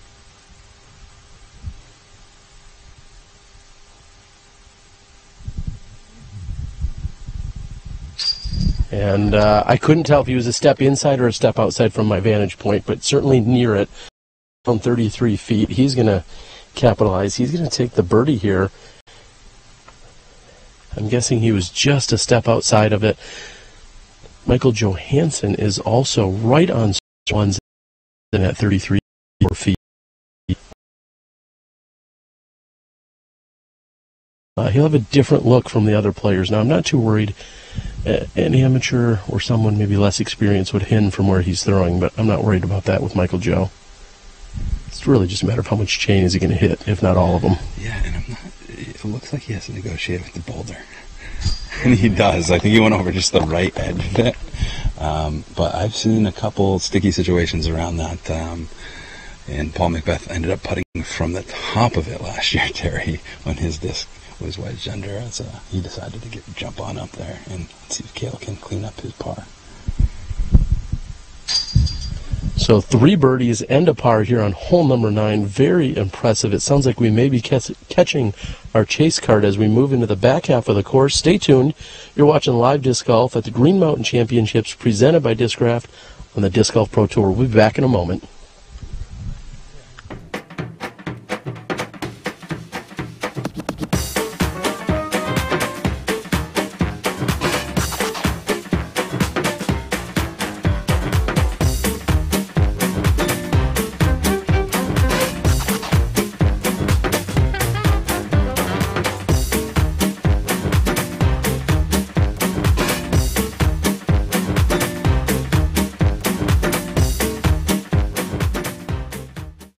Disc Golf Center has moved to beautiful DeBerry, Florida, just down the road from the River City Nature Park Disc Golf Course. If you're in the neighborhood, come by and check out our spacious showroom and storefront. You'll have direct access to our live inventory of over 20,000 discs, so you can get exactly the weight and color you're looking for. Visit discgolfcenter.com, the world's largest disc golf store.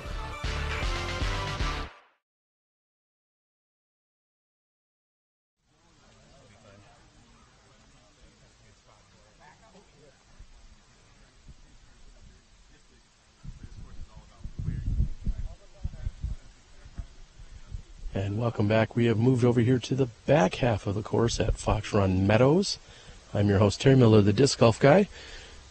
Jeff Spring has joined me throughout this front nine, and we're seeing some great action, including some heroic putts here by Nate Doss, who's got it dialed in here on this front half. Looks like he's going to be taking the tee, and he's lining up a forehand. Yeah, Nate's forehand game has really expanded in the last few years, and he has a really trusty shot he goes to time and time again.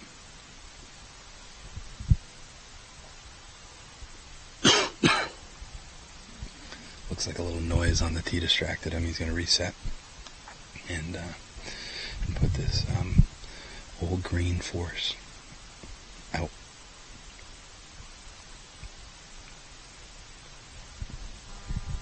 Really feel like this is a must-get birdie found here on the course.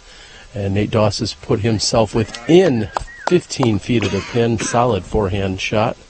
I think we're going to see a number of them here. Yeah, if you have everyone but Cale, probably. Yeah, if you have the forehand on this, it really is a must-get. It's trickier for the backhand players. And there is a little bit of elevation down and then back up, and you really want to have the right distance dialed in, and it looks like Michael Joe is going to be throwing that backhand.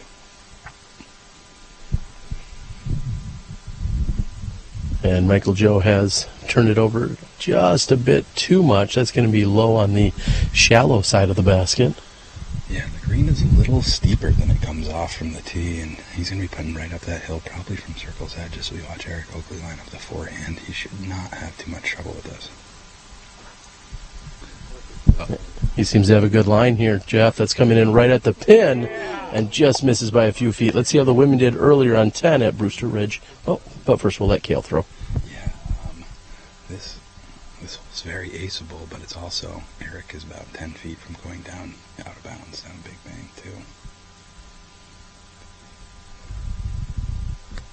And what a turnover. It's got to slow down just a little bit, asking for it to... And it's a beautiful shot. Now let's check in with the women on 10. Move on to hole 10. Paige Pierce has a 3-stroke lead over Jessica Weiss and a 4-stroke lead over Sarah Hokom. 410 feet straight down the pipe, and that curves off way left. Paige Pierce is going to have about 45 to 50 feet for the birdie. Catrina Allen, a beautiful shot, straight, leaves it a little short. She's also got about 40 to 45 feet for the birdie. Valarie Jenkins, a very smart play by Valarie. Just make sure you have an easy up and down, maybe get a small run at birdie.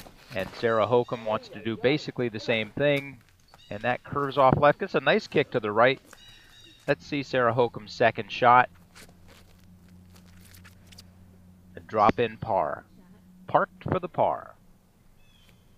Valarie Jenkins, same. Paige Pierce, probably make a birdie. Paige Pierce, birdie to bogey. Catrina Allen, for birdie. Birdie! Catrina Allen gains 2 strokes. Paige Pierce loses 2.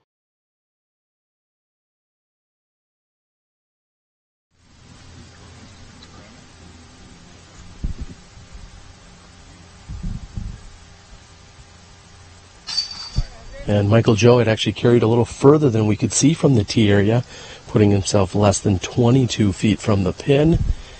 He goes first and has carded the birdie. I'm expecting to see the same from all 4 competitors here. Again, I really look at this as a must-get birdie for our top-level competitors. Jeff, you had mentioned if you go deep of this basket, you can find yourself in an OB situation. Even if you do that, you should be able to get up and down for a 3. This is Cale for birdie. And Cale has no problems with cleanup, and we're going to see what I'll go ahead and call 2 more birdies here by Oakley and Doss.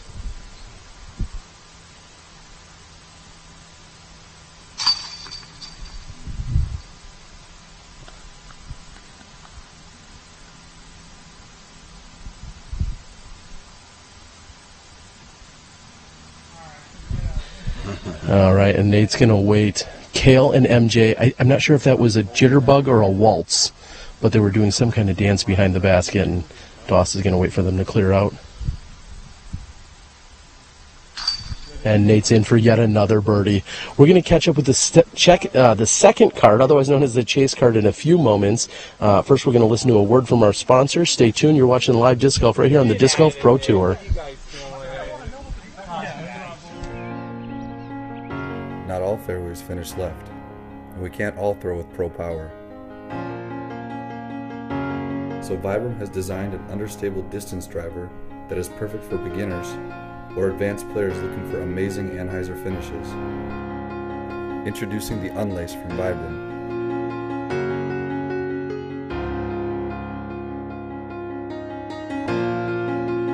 Durability, grip, performance.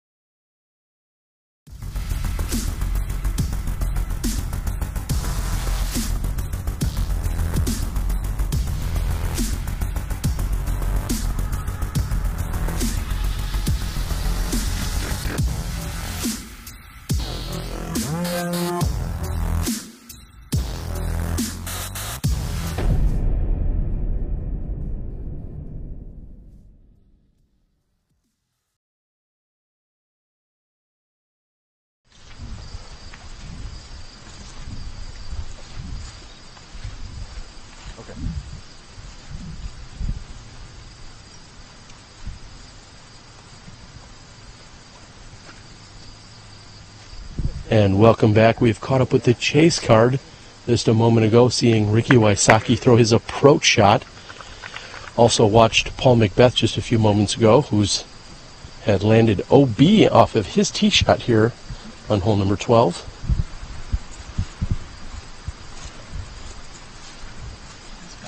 Is this bonus coverage?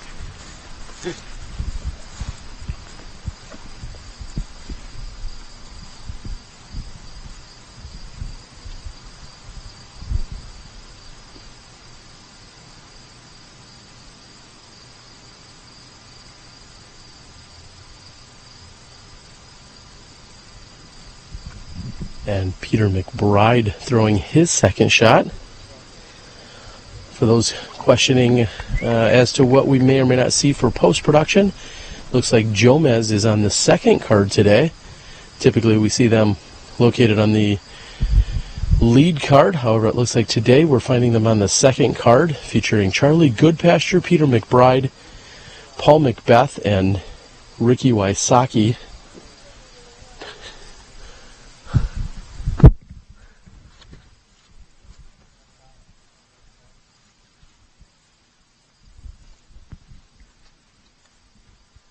And from a distance now we can see Paul McBeth throwing his next shot. I think we're going to be ready here in just a few moments to get back to our leader card.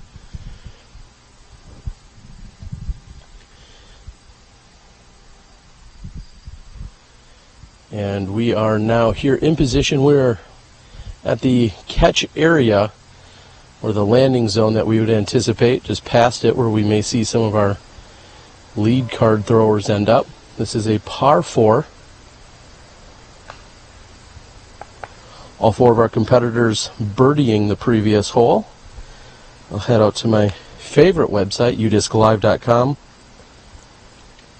Give you some up-to-the-moment stats and figures here.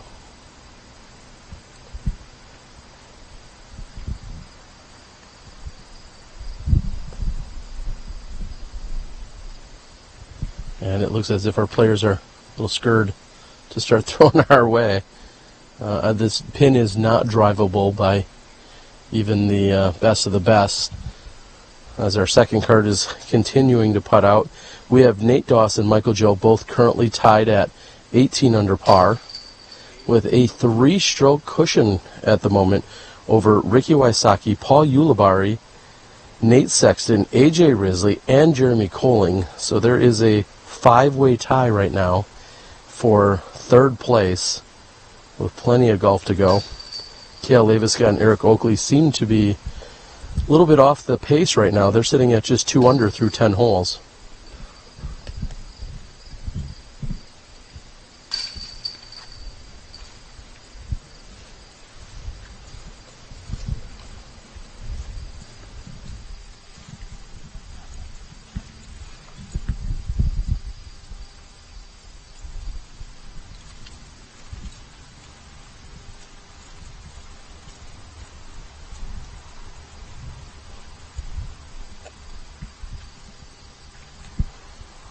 And again, looks like our lead card is ready to go.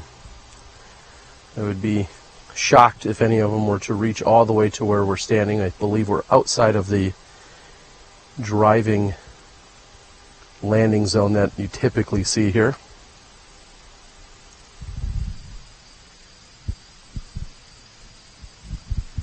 And Doss continues to play smart, putting himself right into the center of the fairway. He'll have more than likely either a touch forehand or possibly a turnover backhand shot from that position.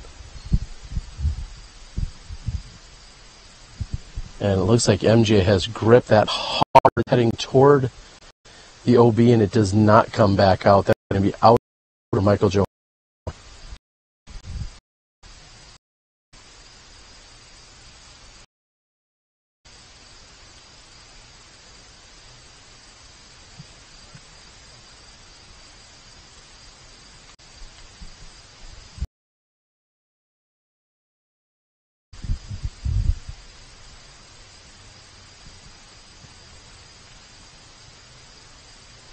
A solid drive here by Eric Oakley.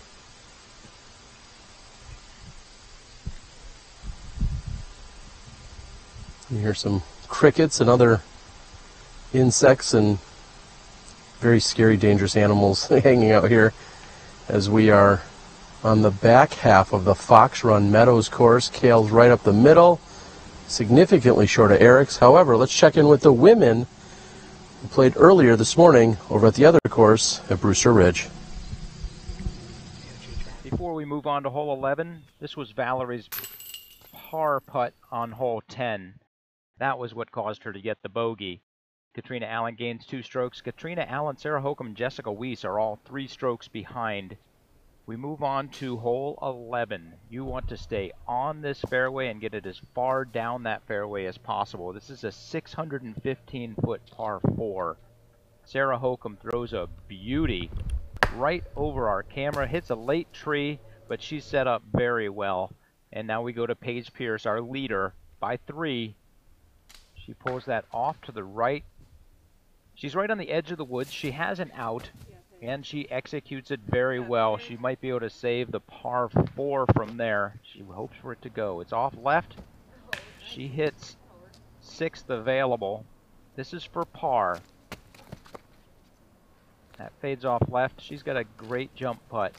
So she's left with this for bogey. Oh, sails way by. Paige triple bogeys hole 11, and we have a 3-way tie for the lead.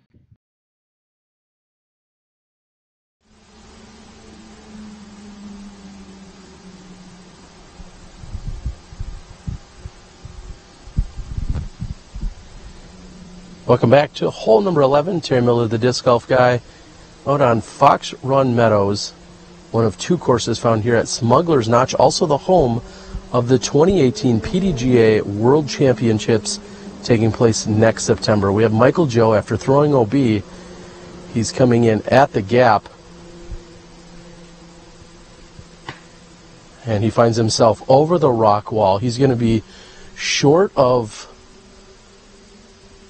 well, it looks to be actually just at Circle 2's edge, so he'll be looking at approximately 66 feet with plenty of trees in the way between him and the pin. This is a very protected green.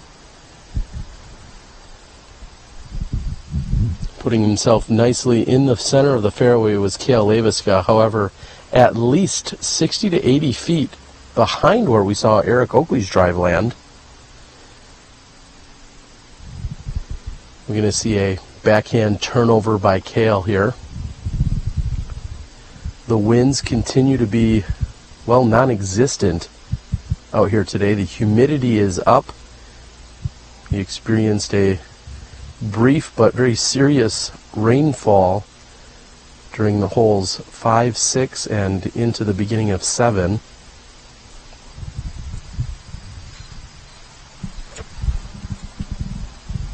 And somehow not hitting a single tree. In fact, he actually hoped one would as it got toward the pin. He's going to be looking at about circle's edge, maybe 30 feet, somewhere around that distance for what would be the birdie 3.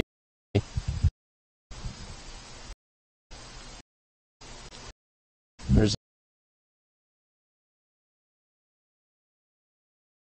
a very small tunnel that leads to the pin here, a few hundred trees, and there's one very distinct path to the basket. All the players are hoping to navigate that way.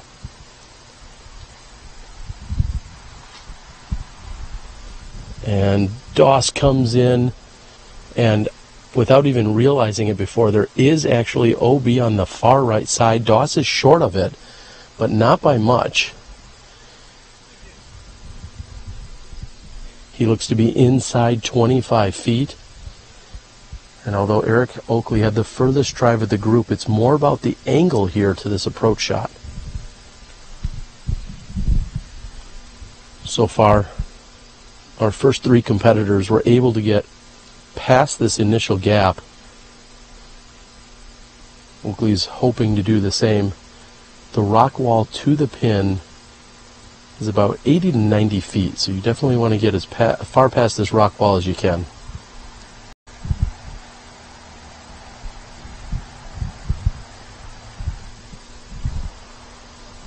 A low forehand that comes in, skips up, and is all but resting on the base of the pin. What a shot by Oakley. He is underneath the basket. He'll have a quick, easy drop in from there. Our competitors anxiously walking up towards their lie. Michael Joe is just over the rock wall on the short left side. Cale is left approximately 25, maybe 30 feet left of the pin. He should have a look at the cage from there. And again, Nate Doss 22, 25 feet right of the pin. MJ's got a lane here.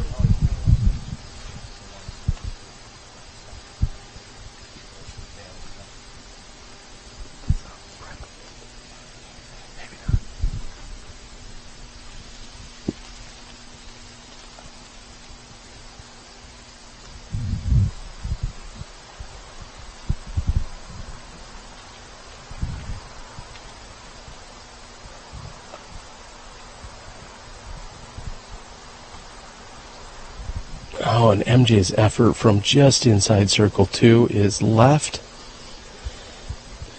Yeah, he's having a hard time in this hole. He's gotten a little bit unlucky in a couple situations, and yeah, we're gonna see where everybody else settled in. Yeah, it looks like we have Leiviska about 30 feet on the left side. Doss is about 25 to the right, and Eric Oakley came in and all but rested up against the pin. So he is underneath it. He's going to have an easy tap-in birdie from there, as Cale looks to be just a foot or two inside the circle 1 flags that I'm seeing. Yeah, and he was pushing OB back there. So I think he took a little bit of room off the line. Oh, I did not realize that he maybe have can we tell if he officially carried all the way to the OB? I know you're saying there's a line back there. I'm not sure that he carried all the way to it.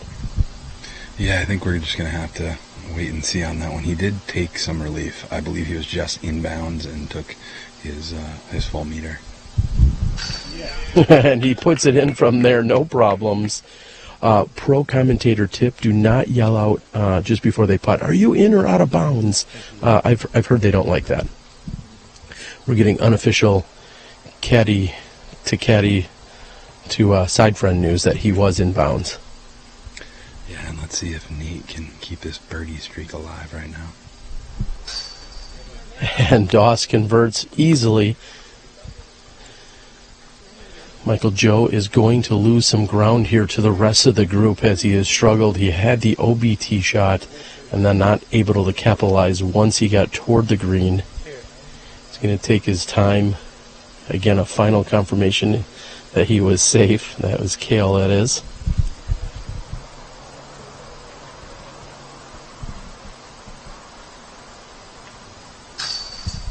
Michael Joe putts in with his ringer. And no putting required here by Oakley, except for a head knocker. We're moving on to hole 12. We'll be back in a moment.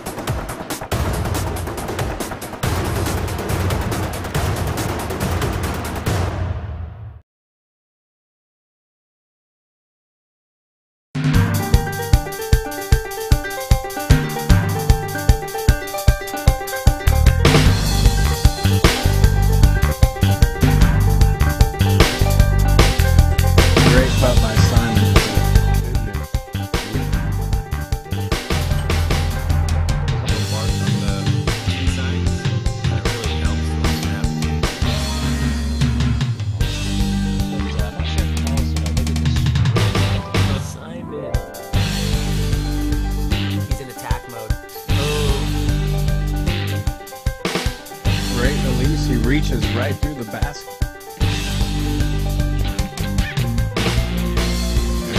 They're making on these mock X's. That was it. Yeah, save a birdie. Oh, you know, the raging head. That's what a spin putt gets you right there. If you can keep that disc floating.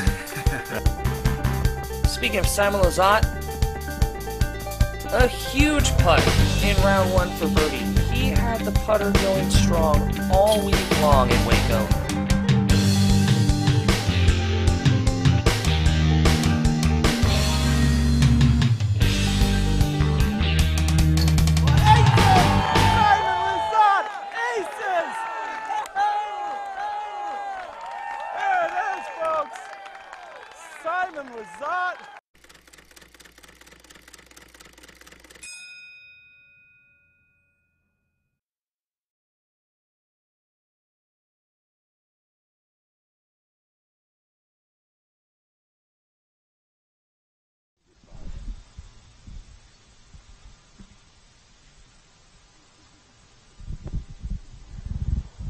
And welcome back.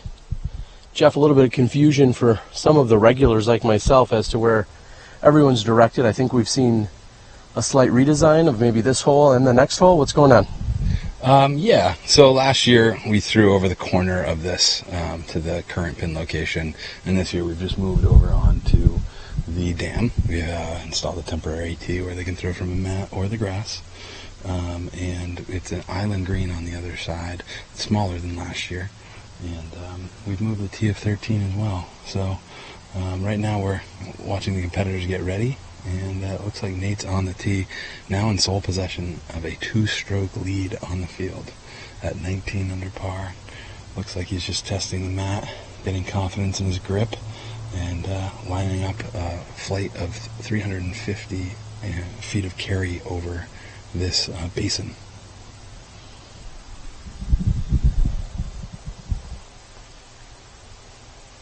And what looks like a beautiful shot by Doss comes up just short. It, however, checks up for him and stays inbounds. Jeff, you say this is a 350-foot water carry?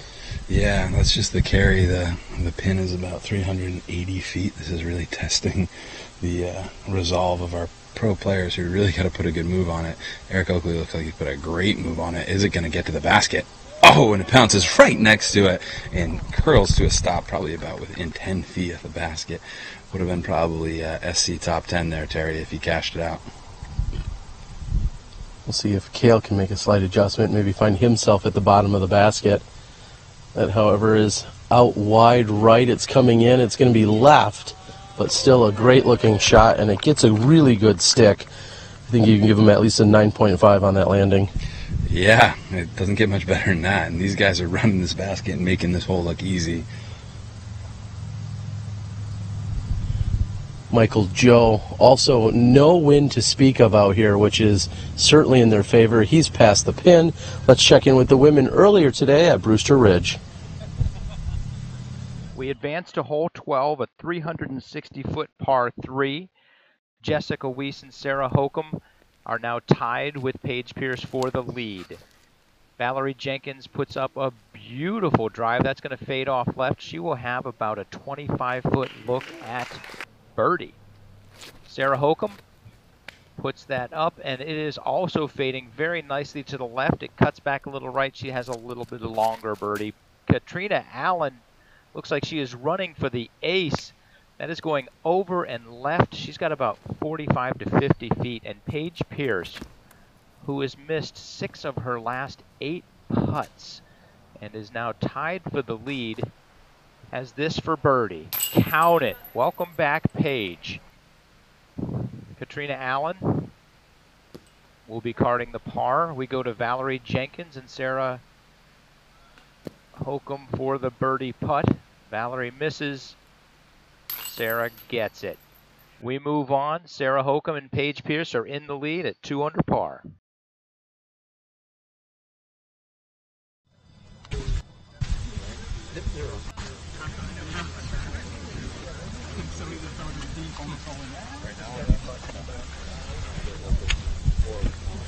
And we actually are going to stand down and wait as our competitors walk over toward the green. Let's have a little bit of a hike around the water's edge. Hole number 13 has a different teeing area from what we've seen in the past, so most of the players have dropped off their bags as they'll be coming back my direction in a few moments. We'll see how many of them can convert on their birdie looks.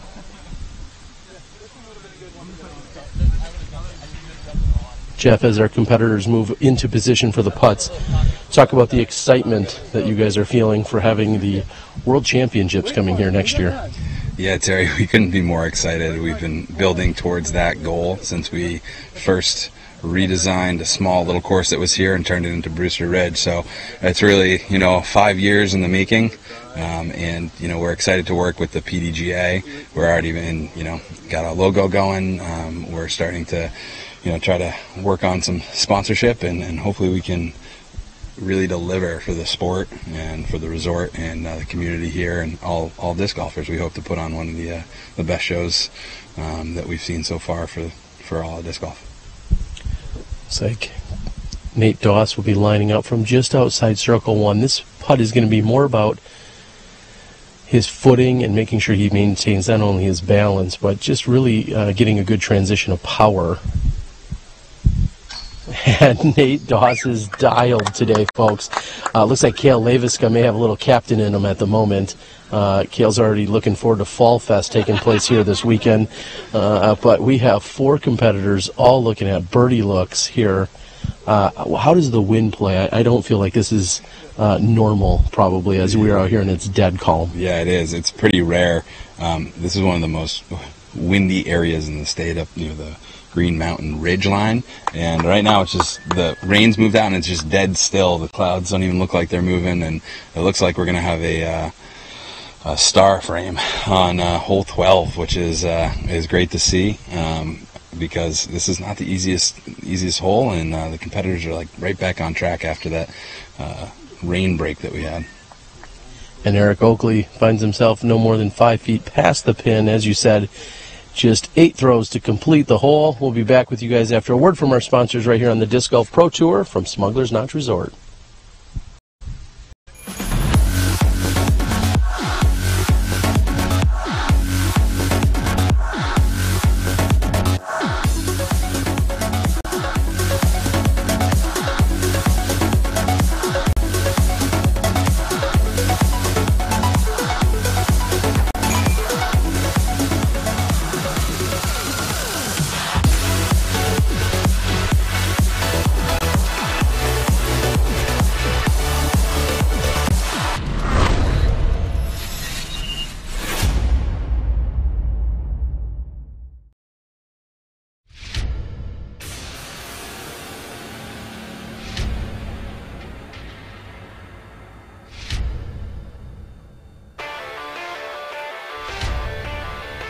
For looks, for life,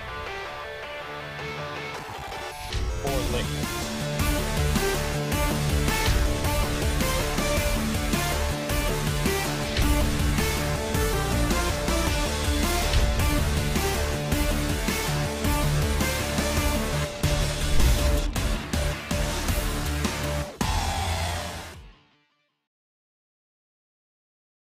Check, check, mic check.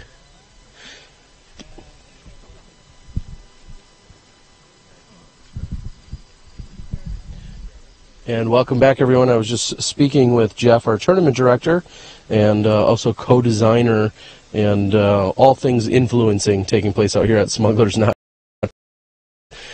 Jeff, we see a little bit of a change on the previous hole, and now we've moved over to this one. And what's the change, and why did it happen? Well, you know, what we strive to do is put in a permanent golf really dedicated to disc golf. Smuggler's Notch, and the holes that we've been playing in the past were 2 temporary holes. There's a lot of activities during the summer around the basin, and this is actually new hole 13 is a permanent hole, and so we're keeping all the designs in here, and let's see how they play it as Nate Doss steps up to the tee.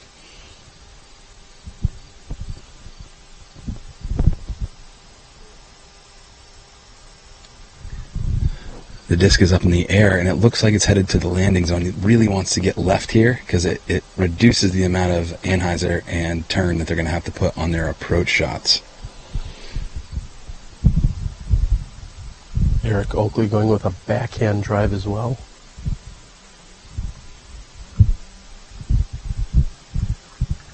The landing zone that they're looking to get into is anywhere from 325 to about 385 feet. It's about a 50-foot swath, but it's playing uphill, so it's playing a little longer than that. Looks like Eric's put one in there as well, Terry.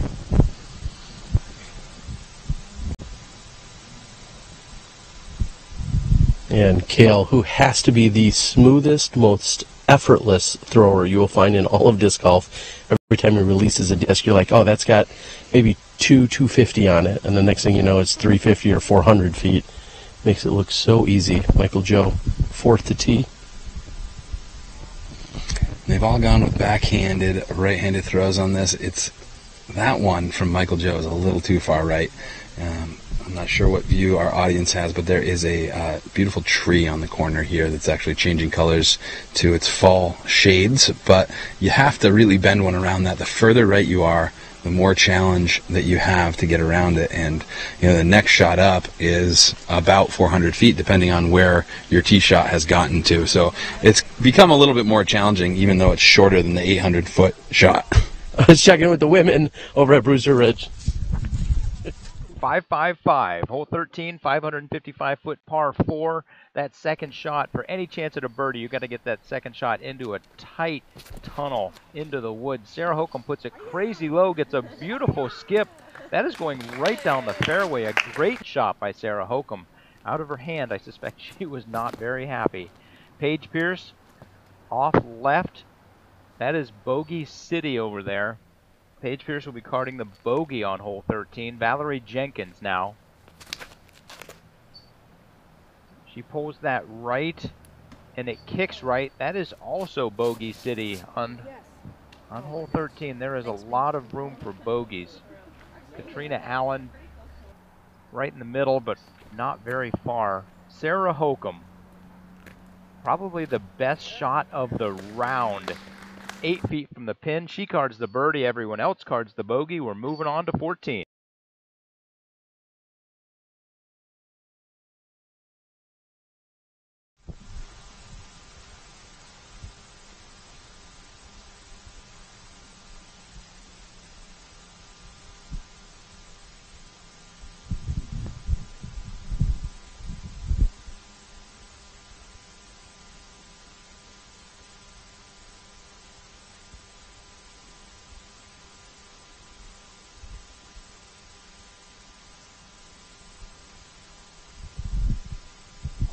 And as Jeff had mentioned a moment ago, anytime you're to the right, you have to increase that angle of turnover on the approach.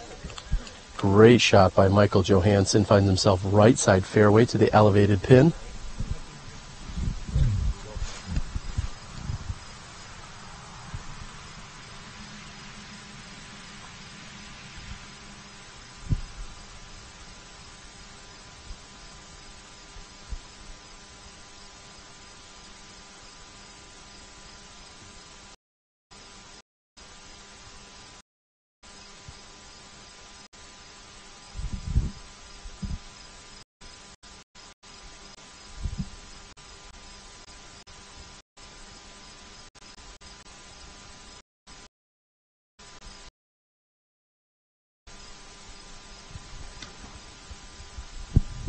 And again, taking into account for the footing that's needed here, looks like that low release there by Doss.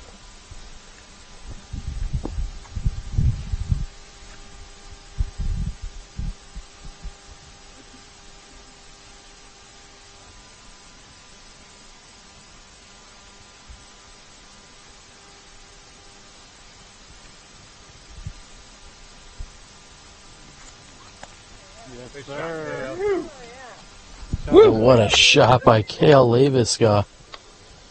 And Eric Oakley is going to have the furthest drive in the group. And Jeff, just a moment ago, it looks like we may have some late breaking news, or some breaking news, I should say. Paul Macbeth has possibly withdrawn from the event. Yeah, we'll have to wait for confirmation on that, Terry, but I just got a note sent to me addressing that very fact, and that he has tweaked his back and he's considering withdrawing or has withdrawn. So I'm going to just follow up on that, and I'll report right back to you. And meanwhile, Eric Oakley with huge drive of hole number 13.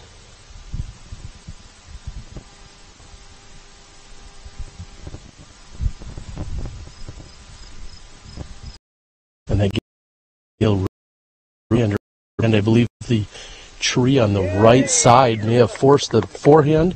We're going to be back with you in a few moments after a word from our sponsors as we get in position on 13.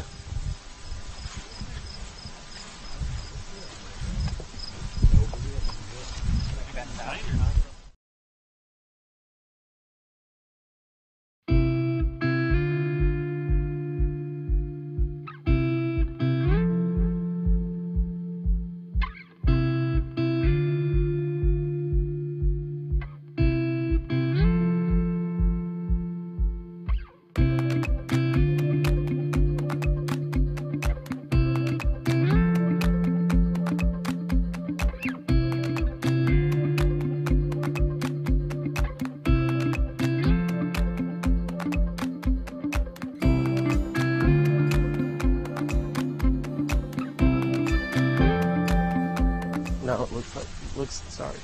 Hey, looks like we got Doss already.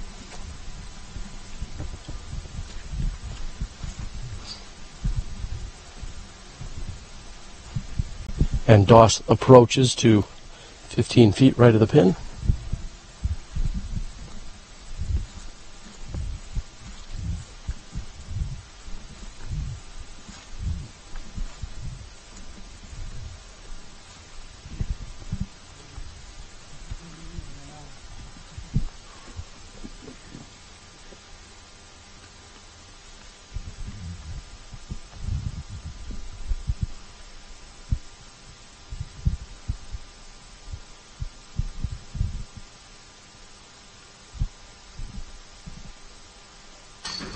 And what a putt by Michael Joe.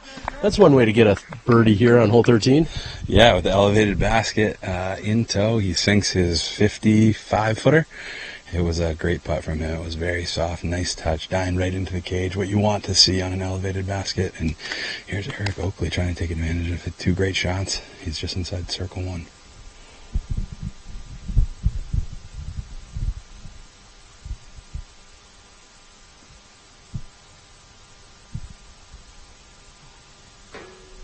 And Oakley with just not enough power to get it up and over the edge. Maybe didn't commit fully to the extension or the release there.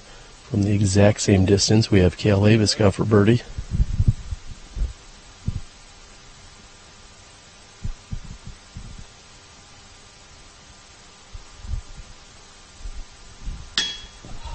And Cale almost does the exact opposite. It seems like a little too much compensation to the elevated pin up and on top. So we're going to see not exactly what I anticipated moving down this fairway. I think we're going to see 3 pars and then the birdie by MJ. That's not exactly what I would have thought as we were walking down the fairway. Yeah, the drives were all in position. MJ was actually out of position more than anyone else as we see Nate tapping for par and MJ cans his long putt. It was a heck of a scramble for him. They're going to have a very lengthy walk as we move over to 14 here in just a few more minutes. In a few minutes, not a few more minutes.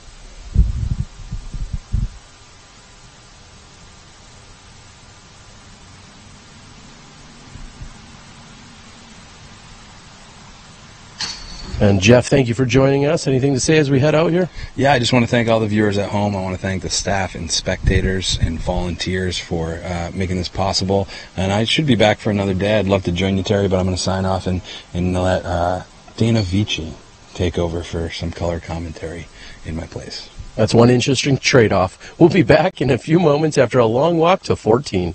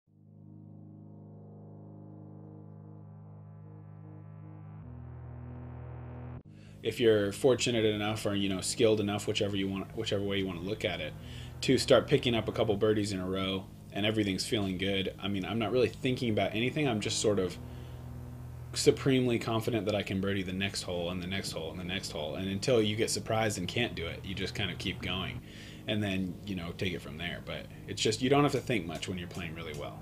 You limit thoughts. That's like, so if you're just feeling it, to me, I just kind of tune everything out and just stay really present, stay in the moment. Who cares what you did 4 holes ago? It really doesn't matter. It's all about, it's the cliche, it's all take the one shot at a time, but it really is the truth. And when you're feeling in the zone, it's like, just ride it as long as you can. Try to not get distracted, not talk about what's going on. I grew up playing with the legend Nate Doss, and he always taught me that no matter what happens, good or bad, ace or bogey, try to stay relaxed. Try to stay even keel. Don't get too excited when you do something good, and don't get too angry when you do something bad. It's the hardest thing to do. And you have to, when things are going really great, you have to just step up and just go.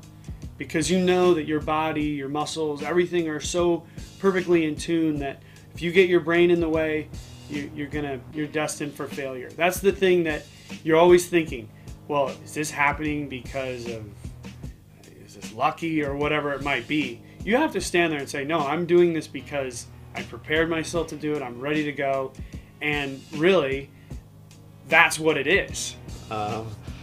Basically what the zone is no thoughts and feeling like you're the only one out there, you know, and everyone's here to watch you, and you're putting on a show. So it's basically just stepping up to every shot, nothing in your mind, knowing you're going to make it, and you know, just knowing people are there to watch you. And it's exciting knowing that feeling, because you're walking down the fairway and you see people smiling or you see people angry. There's no in between. They're either loving that you're playing well or they're hating it.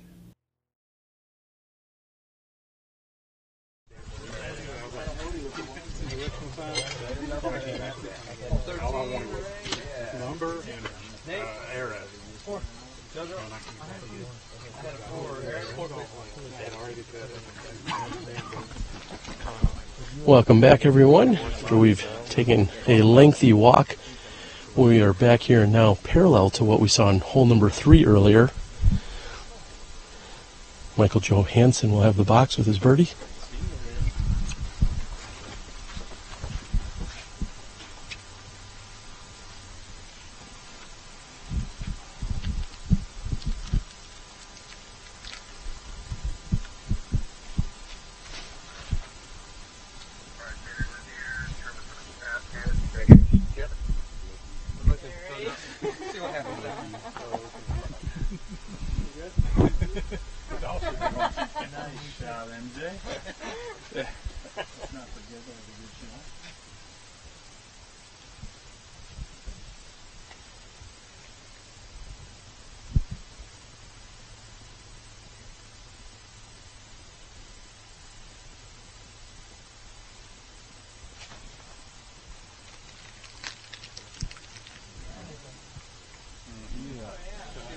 And we find that inside the circle, about 15 left of the pin, pin high.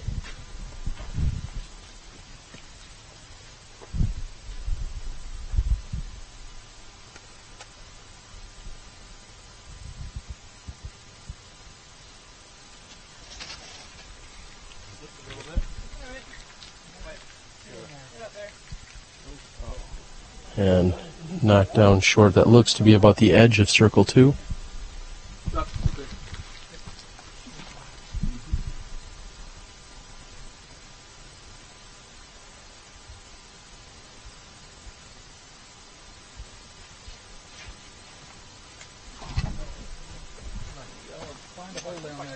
That is short and left by Leiviska. Gets a skip, sitting around circle 2. Let's check in with the women earlier today at Brewster Ridge. Thank you, Terry. We advanced to hole 14, 260 feet, par 3. This is a gettable birdie. These ladies are going to be running this, and Sarah puts that out, and it fades off right, and she is going to be well outside birdie range. Valarie Jenkins now. That was a good-looking shot. It was fading off left, but she also very far away for the birdie. Paige Pierce gets that pin high. It fades off left. She's got a shot at the birdie from down in that little gully off to the right, and Catrina Allen sings "Baby Come Back," and it does not. That disc is way off right. She'll have about 30 to 35 feet for the birdie. Valarie lays up. Easy par. Sarah Hokom. Cage, a very nice run by Sarah Hokom. Catrina Allen for birdie also gets the cage. Paige Pierce has an opportunity to gain a stroke on the entire field, and she cards the birdie. A very nice run by Paige Pierce. She is now just 1 stroke behind Sarah Hokom with 4 to go.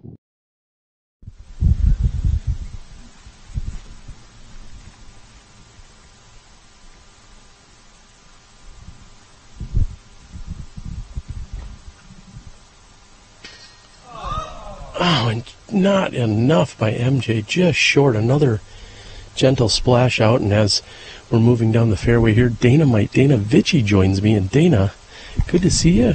Good to hear from you, buddy. Good to be heard. I don't know if I'm seen yet, but here we are. Oakley with a little touch forehand. Nice shot by him. Yeah, beautiful day out. Aside from that little shower we had, you're looking good, looking fresh. Well, there's a little bit of humidity, a little bit of rain, and a fresh shower just before the broadcast. So a combination of all of them, I feel in check. However, it's still quite humid out there. And otherwise, the sun is out. It's a gorgeous afternoon out here. Yeah, most definitely. And we're getting to this little section here where these trees that have started to change are really changing quite a bit every day. So it's getting prettier and prettier out here at Smuggler's Notch. And looks like Cale is lining up a circle 2 edge putt through some trees. Not quite sure if he has a line or not, but after missing that shorty, you know, he'd love to sneak a birdie in here after a poor drive. We're going to be running a contest for everyone at home. Spot the tree that is closest shade to Dana's beard, and we'll give something away.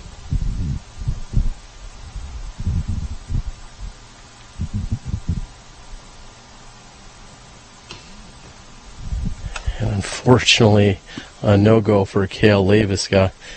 There's also going to be another game for Tina Stenitis' hair color. So there's a few different shades out here going on, some beautiful colors. I also think it was made note that Tina and Eric have officially decided this location for their wedding next year. Pretty exciting stuff.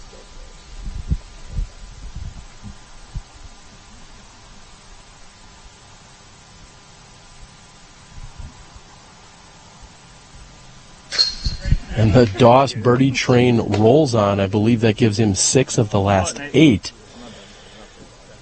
Very solid performance out here by Nate Doss today. And we are getting official confirmation that Paul Macbeth has withdrawn from the event.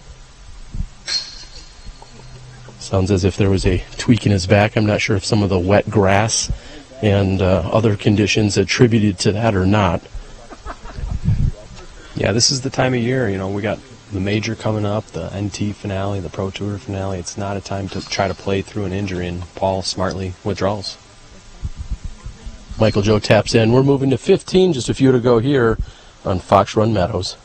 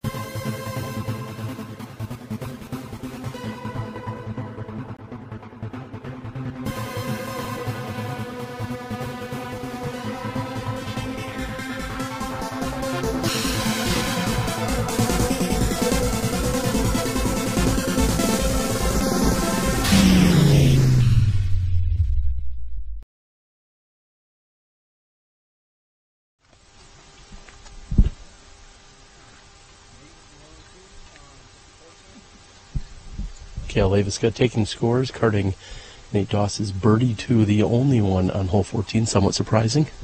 Yeah, that's definitely one that most of the players are going to count as a 2 or want it to. Same with hole 15 right here. We've got a couple different options at the basket. You can either lace one directly at it or take a big hyzer out from the right to the left.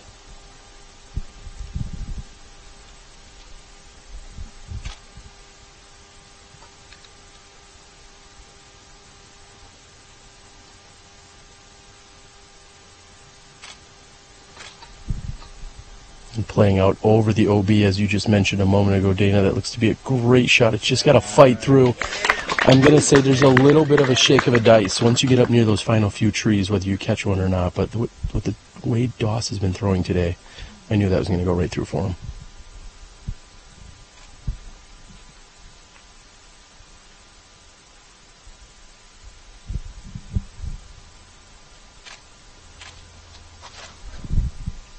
And MJ going for the center gap, which is the cleanest to the basket, kind of saws it off a little bit. He's going to be inside of circle 2, but he's going to have some trees between him and the basket.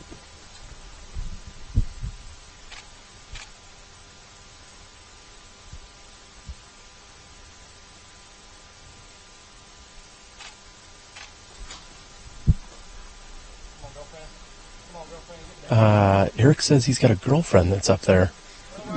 That's a little awkward with his fiancée standing just a few feet from us, but the gallery approves apparently. Not sure how they do it out here in Vermont.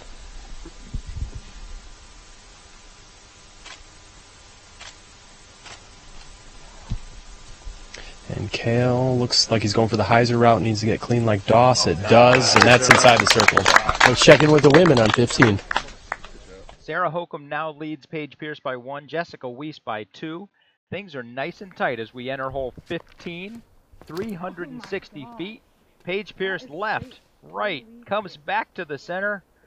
She has got some work to do to save the par. Sarah Hokom, nice and low. She keeps that straight. She should be able to go up and down also to save the par. Valarie Jenkins on the tee. Nice and safe. Curves it a little left, as it should. That stone wall is OB to the left, so if you get a bad kick, you could be OB. Catrina Allen with a great drive. Keep coming left, baby. That was very nice. Faded to the left. She will actually have a look at birdie. Paige Pierce just trying to save the par. Park job. Sarah Hokom fades in left. That is another easy par. Valarie Jenkins, nice little right to left. Nothing crazy here. Let's see Catrina Allen run it for birdie. Call it a par. We are moving on to hole 16. Here we go.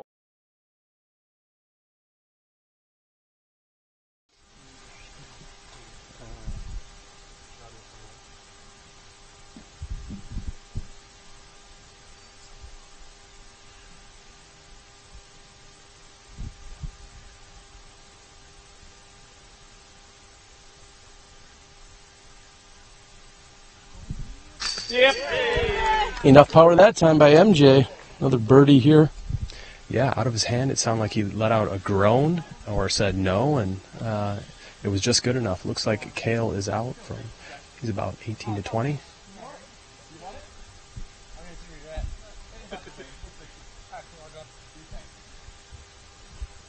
And a little chatter between Oakley and Leiviska, who's out. Cale is taking the reins here.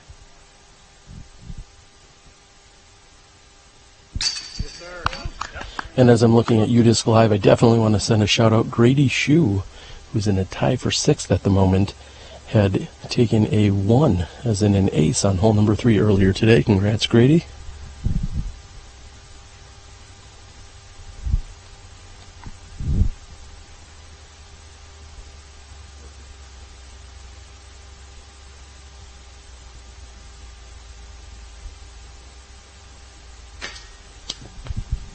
And Oakley's going to let that one get away from him. I'm looking at Ricky Wysocki, who's had 12 birdies out here today with 1 bogey. And Doss will put in for the birdie. 3 birds and a par. We're moving on to 16. We'll be back in a moment.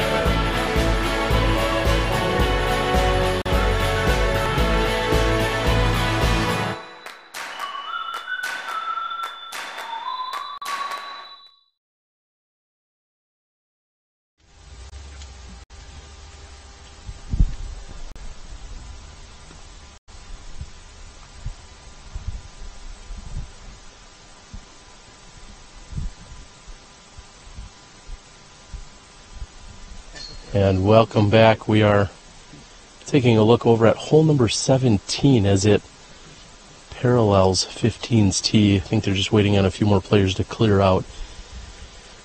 Okay, just saw, in fact, yes, Andrew Presnell make his putt. Next to putt will be our 2012 putting champion from the Worlds in Charlotte.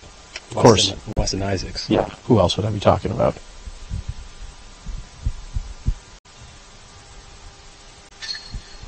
Weston is in. A moment ago we also saw Zach Melton. He came up a little bit short on what I believe was his birdie attempt, so he's going to have a quick tap in. Grady Shue, who I just mentioned a few moments ago, carding the ace on hole number 3 earlier in the round, made a great putt as they move over to hole number 18. And we're live and on the tee on hole 16 with Nate Doss.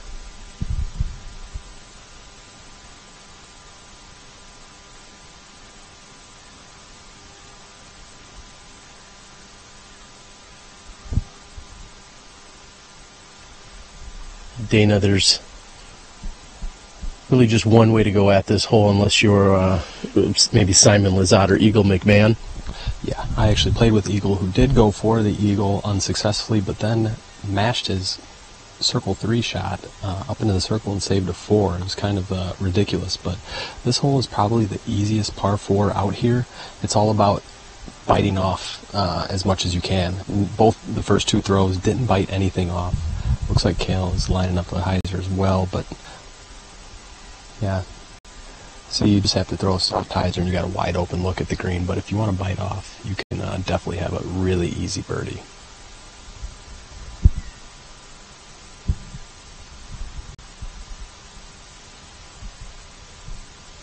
And Eric Oakley is going to push that right side OB a little closer than the rest, but he's still safe. We'll be back in a moment after the women play hole number 15.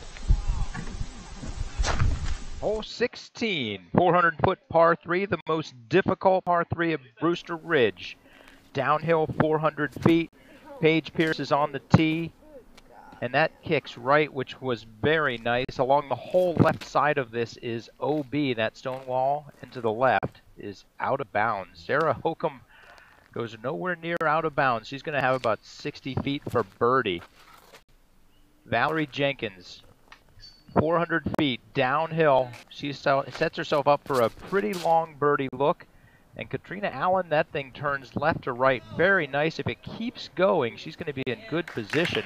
Kicks a little left at the end. She has this for birdie. Sarah Hokom. That is a par. Valarie Jenkins for birdie. So close. And Paige Pierce to save her par. Another missed putt by Paige Pierce. She is now 2 strokes behind Sarah Hokom. We're going on to hole 17.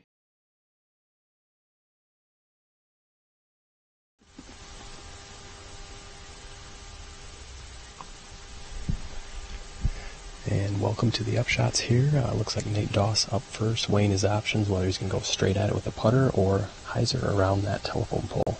Looks like he's opted for the putter.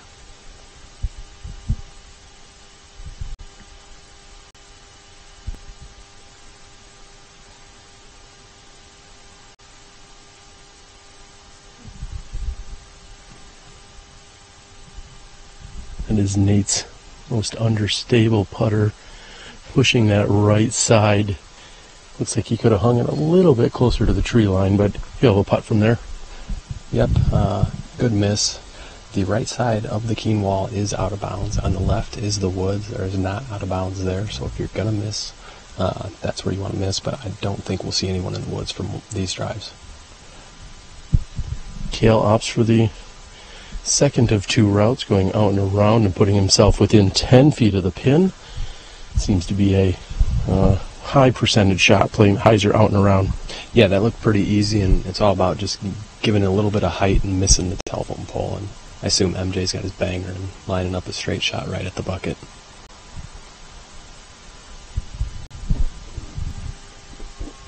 And he's doing just that. That's going to finish a few feet left. No problems, as you said. Routine birdie looks here. All 4 competitors within 30 feet of one another off the drives.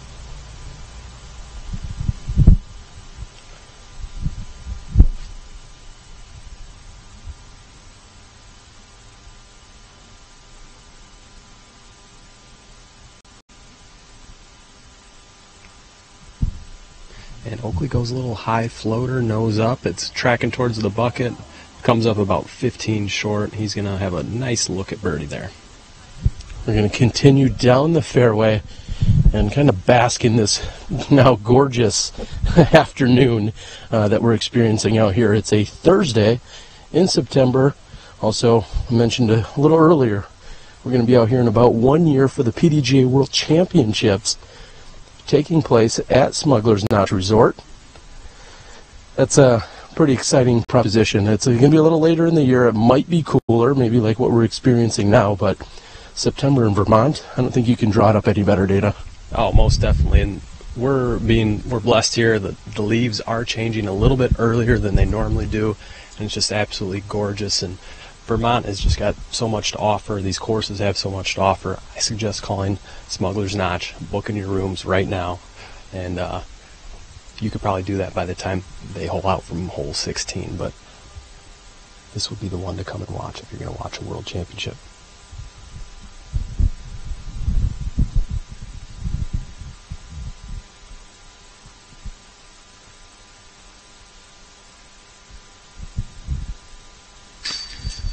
And again, with the way Doss is dialed in, I had no doubt about him cleaning up from 25 feet. We've seen him throw in 2 putts from outside circle 2 today, Dana.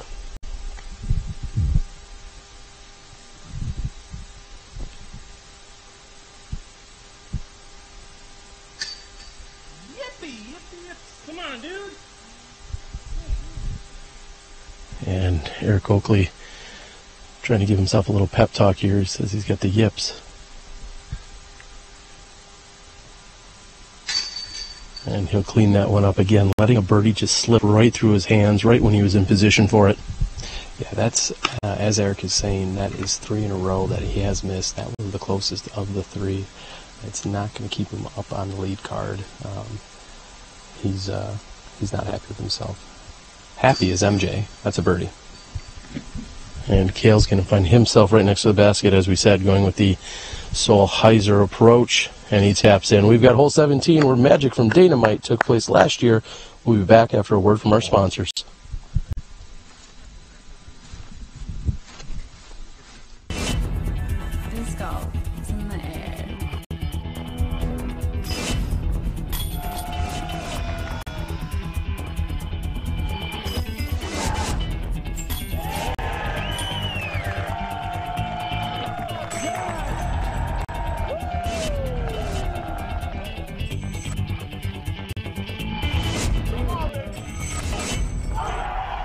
Join the excitement at pdga.com.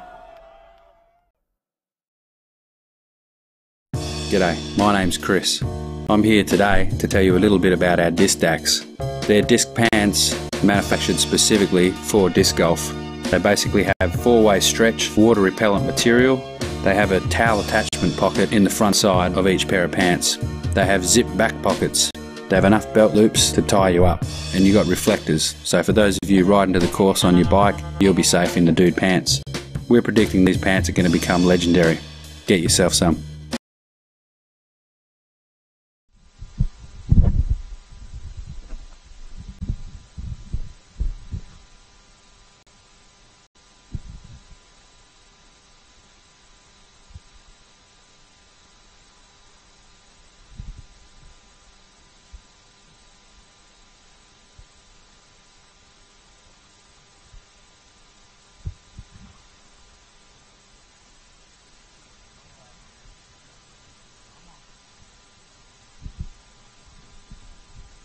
Looks to be about pin high inside the circle here on hole number 17 for Nate Doss.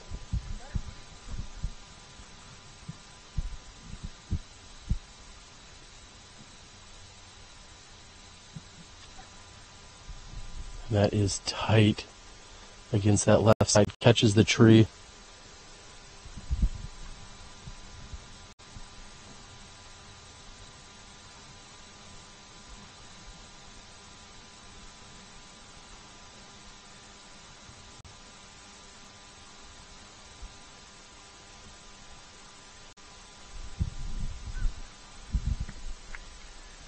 Cale with less than 5 feet for the birdie.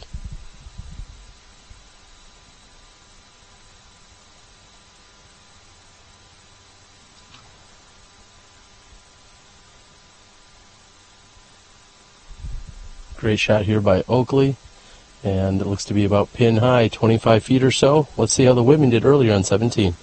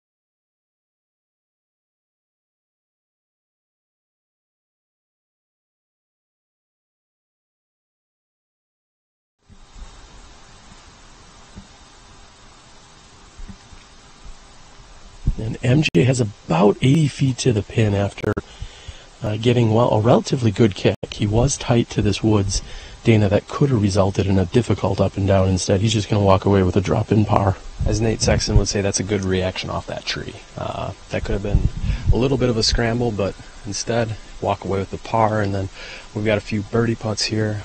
Looks like Oakley is just inside the circle. He really needs this, if not for his score, but for his morale.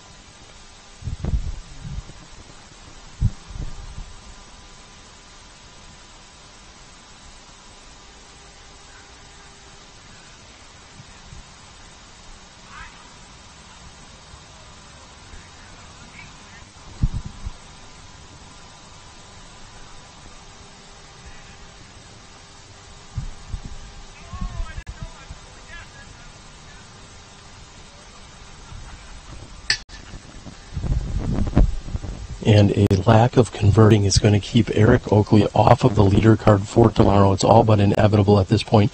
He has now parred the last 5 holes. And Eric Oakley is going to go to bed tonight knowing that his putting has let him down in the second half of this round. Yeah, with the nickname Putter Pants, this back stretch of the last 9 holes here has not really been very putter pants. And the Doss domination continues. We are seeing Ricky Wysocki trying to hunt down Nate Doss. Wysocki finding himself currently in second place, just now 2 strokes off the pace. Cale will tap in. He's got an easy birdie from just a few feet away. But right now, Doss and Wysocki are trying to pull away from the rest of the card. Michael Joe's going to put up a fight. We're moving on to 18 here at Smuggler's Notch Resort.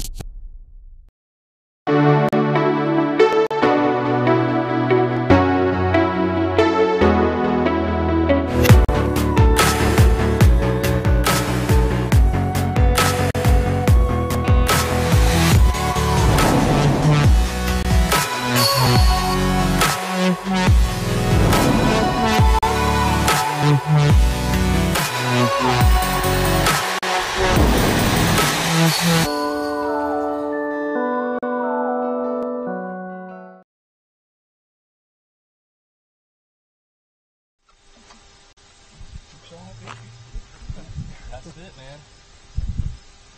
Right there to do it. Yeah, it's like you have your tension, right? Yeah. And then where your bottom end, right? So, and it's like they start moving like this, and they stay pretty far, and that's all we have to work on is get that bottom end up. So they stay there. It's true. All right, we're back here on the tee of 18, and it looks as if the second card is actually still throwing their approach shots. So we'll see what we can zoom in and get to from afar.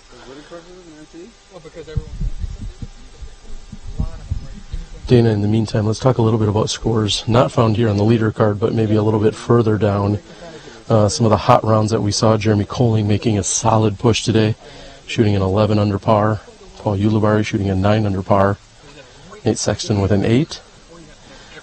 And Shane Wyatt, who we know started out hot, finished with an 8, as did Kevin Jones. And then we see Will Schustrick and John Perry at 7 under.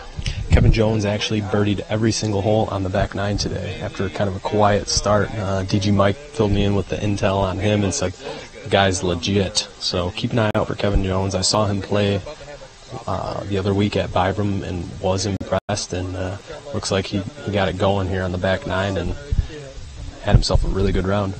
So I've got to ask now, looking at the scores, I see you in a tie, a massive tie for 34th with Bradley Williams, who won last weekend, along with Matt Bell, Sean Sullivan, James Cole, and Simon Lizotte. Currently tied with Simon. How does that feel? Well, after watching Simon throw some wild and crazy shots on the card in front of me today, it doesn't feel that good because he had to come back and re-tee at least once during the round after throwing a Simon round. It didn't really pan out. Neither did his second shot. And on the tee, Nate Doss.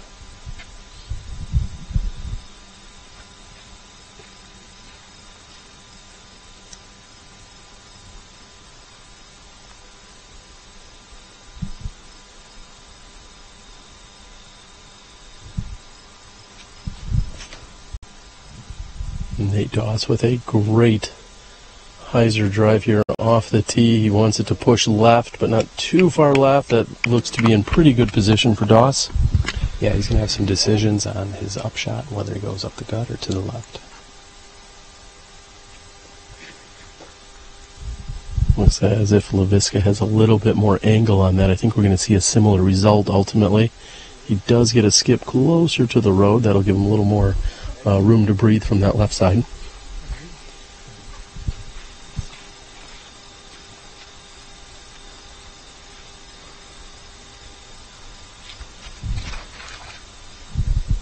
And MJ's going to need for that to come all the way back. It's going to need more room. Does it have it, Dana?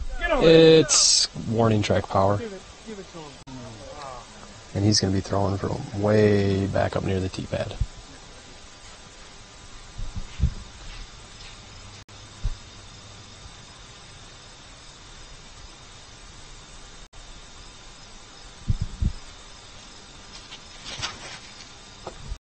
And Oakley, plenty of angle. That needs to find the earth. It does bite, and he's going to have some options from there. There's going to be a brief walk to MJ, so we're going to stick with our group here until he throws his second shot. And we'll move on down the fairway and talk a little bit about the scores. We saw Ricky Wysocki, I believe, holds course record out here around like 14 under par or something ridiculous. The course has changed a little bit as we've been discussing throughout the round, but it seems like he's got the hot score at the moment, and he may be tied by Nate Doss when this is all said and done. Oh, incorrect. He's finished with a bogey 5 on hole 18 just moments ago. What do you think of that? Well, with Ricky finishing with a bogey and MJ inevitably is going to have a bogey, that's going to give Nate Doss just a little bit more breathing room. He's got 3 strokes over Ricky right now, and pending a birdie or a par here, he could stretch that to 4. But MJ way back, he's looking just to play a safe shot up to the center cut tree and then pitch up from there.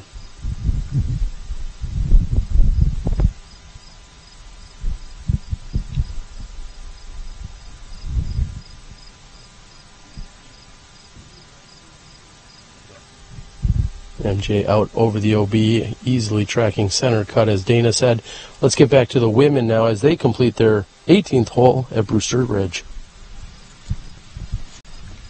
We move on to hole 18, a 345-foot par 3. With a great drive and a good putt, this is a gettable birdie for these ladies, and Paige Pierce puts out a drive to the right. She'll have an up and down to save the par. Valarie Jenkins. Valarie's been playing pretty consistently all day, not gaining much ground on the leaders. She has about 35 to 40 for the birdie. Sarah Hokom hangs that out left and does not have a birdie look. And Catrina Allen, looking to put a stamp on this round, hangs it out left. I guess there's some disc magnets off left that we can't see. Paige Pierce, perfect for the par. Sarah Hokom, also just hoping to get close and save the par. A great shot around. She's within 10 feet. Nice job by Sarah Hokom. Valarie Jenkins, good jump putt for birdie. And Catrina Allen, no real look at birdie either. All pars, finishing it out. We'll see you tomorrow.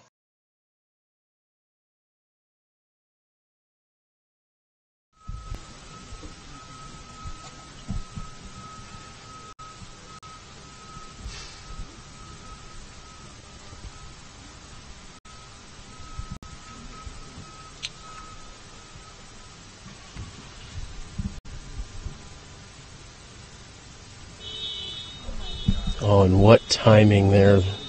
After hearing a truck back up a moment ago, and then all of a sudden, just before Cale was throwing, we heard some honking of a horn in the nearby parking lot.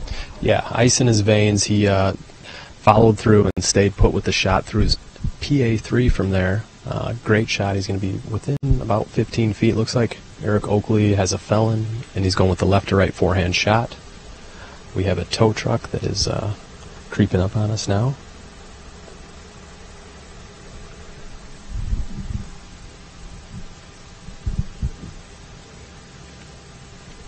And keeping it low, maybe getting a little bit of that skip from left to right.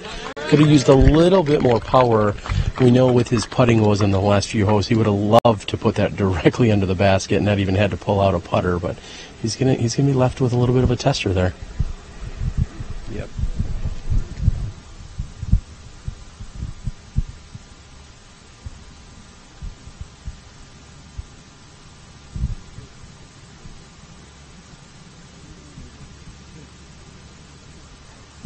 And Doss looking to cap off not just this round, but the first half of the tournament. Solid approach shot. Could use some more power. However, with the way he's been dialed in today, I trust that he should be able to convert that for the birdie. Pretty exciting action out here. And the funny part is, Dana, we're only halfway through this Green Mountain Championships. Yeah, this is awesome. Everyone's got one shot at each course. Tomorrow is make or break for some of those players that haven't had the great rounds. There is a cut to the top 40%, and the action's heating up. Nate Doss, he's been out here a bunch. He's got history here. He's done the collaboration brew with Bevel and Fiddlehead, so there's you know that he wants to shoot well here. And when is the last time Nate Doss has got a win? I know it's early to talk in the game, but he's got the lead right now. He's looking at a birdie putt, so he's going to be up by a few going into round 3. Earlier this year, he took down a win in Wisconsin at an event I hosted. That was a B tier, a little bit smaller scale, but nonetheless, he did get the Skyline Classic Skyline Classic win earlier this year. I remember, the only thing I remember about that tournament was the beer was very good.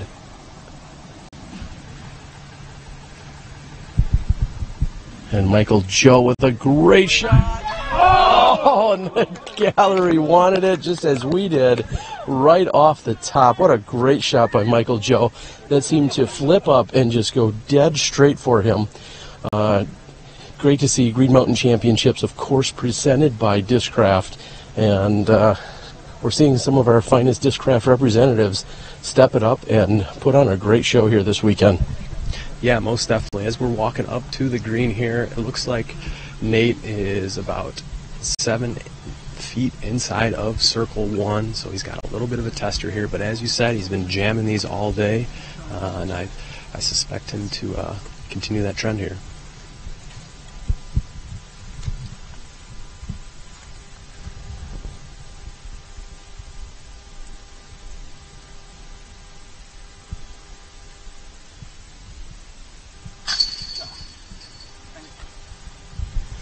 And Doss's putt for birdie slips out on the high left side. Dana, I would have went ahead and put it down on the scorecard already. That's how well he's been performing.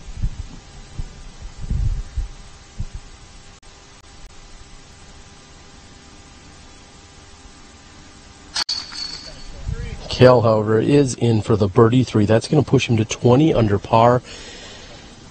And Eric Oakley a little closer than I think we both realized. He does have all but a drop in. And you just got to hope that, or Nate's got to hope that's not going to come back to haunt him later down, because with Ricky chomping at his heels, you know you got to have some strokes. You want to have as many as possible between yourself and Ricky. All right, these guys are going to clear off the green. Dana, you and I will catch up for just a few more moments before we close out here. It's been one heck of a day, a great performance here. Nate Doss, unfortunately, just like we said, letting that last one slip by. We know he's going to come out strong tomorrow. We know he's going to still battle. With that putt, again, looking at UDisc Live, Nate Doss will, in fact, finish at 24 under par. So even with a missed birdie putt, he still is in the clubhouse at the turn of the event with a 3-stroke lead. And that's pretty impressive. Rarely can you say, I missed my last 25-footer, and I still have a 3-stroke lead. So certainly some great news here today on Nate Doss's camp. A solid performance, shooting the 11 under par, as did Ricky Wysocki with the bogey to finish. Jeremy Colling also with that 11 under par. So very, very impressive by our gentlemen as they're creeping up that leaderboard. So you guys saw today out here at this course, Fox Run Meadows, relatively open. There's a lot of white stakes to find OB, but the conditions were perfect for scoring, minus a little bit of a rainstorm. Yeah, that rainstorm kind of crept in out of nowhere. It was kind of cloudy, and then all of a sudden just let out. Probably about 25 minutes. It definitely affected play on my card. I imagine you guys out on the lead card definitely felt that out in the open. There's not a whole lot of places to hide, and it was raining so hard you couldn't hide from the rain. Could not. Well, tomorrow they're going to move back over to Brewster Ridge, which is a complete opposite of this course. We find a lot of tight woods. There's a little bit of OB, but there's some elevation, and again, a lot of tight lines that you must hit if you want to score well out there. You have to make sure you keep those in the fairway, because you can be really punished on that course. So we'll be back with you tomorrow for the round. Of course, we'll be live. We'll also then splice in the top 3 or 4. We're trying to figure that out. The top women's card will be covered, and that'll also get spliced into the coverage today. We're seeing a great battle on the women's side, and we're really looking forward to it. Dana, my last question for you will be, what is your game plan? As you've seen each course once, you'd like to see each one again one more time. What's your game plan? Game plan is to throw it straight in the woods tomorrow and make some putts. I have had a lot of opportunities for birdie, haven't quite converted. Tomorrow it's going to be all about making those in the circle putts, much like Nate missed on that last hole. I've been missing a number of those, but it's all about throwing straight and then putting the disc in the basket. Okay, so you want to throw it straight well in the woods versus throw it straight in the woods. That's okay. Just to clarify when you were saying that, buddy. I'm double checking you. All right, guys, it's been a great day out here. I want to thank Jeff Spring for joining us, and Jeff Spring for being our tournament director, as he will be for the World Championships next year. He's got a lot of weight on his shoulders, but he also has a ton of great support here at Smuggler's Notch Resort from everywhere, inside and outside of the building. So thank you to them and all of their staff. I want to thank our Disc Golf Pro Tour director, of course, Steve Dodge, who's doing a lot of things, including editing together the women's footage. Chad Inman out on cameras along with Rick Hushain. We've got Gary to the O back at home in Milwaukee along with Johnny V. So for Dynamite and myself, Terry Miller, the Disc Golf Guy, we're going to see you guys tomorrow live from Brewster's Ridge here at Smuggler's Notch Resort.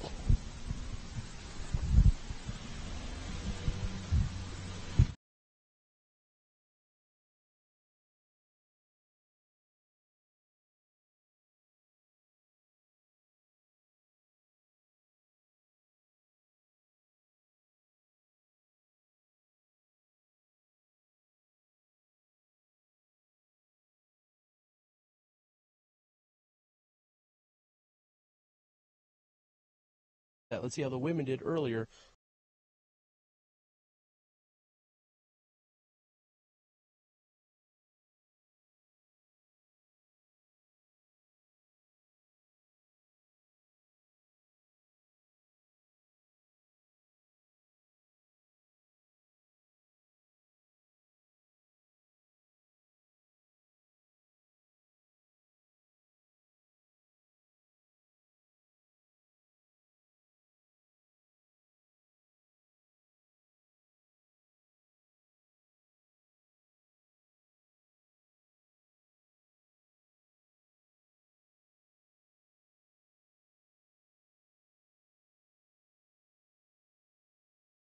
It looks like he has to negotiate with the boulder. And he does. I think he went over just the right edge of it. But I...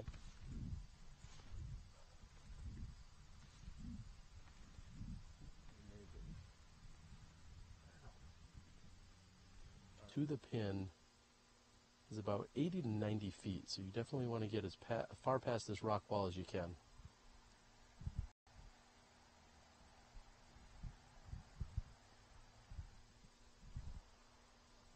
A low forehand that comes in, skips up, and is all but resting on the 50-foot water carry. Yeah, that's just the carry. The pin is about 380 feet. This is really testing the resolve of our pro players who really got to put a good move on it. Eric Oakley looks like he put a great move on it. Is it going to get to the basket? Oh, and it pounces right next to it and curls to a stop probably about within 10 feet. Maintains not only his balance, but just really getting a good transition of power. And Nate Doss is dialed today, folks. Looks.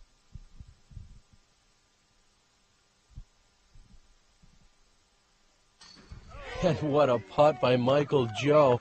That's one way to get a...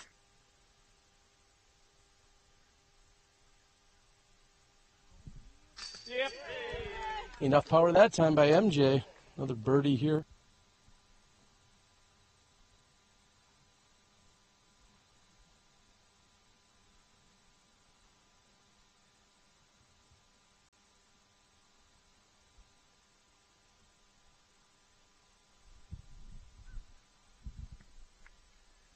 Cale with Skyline Classic win earlier this year. I remember, the only thing I remember about that tournament was the beer was very good.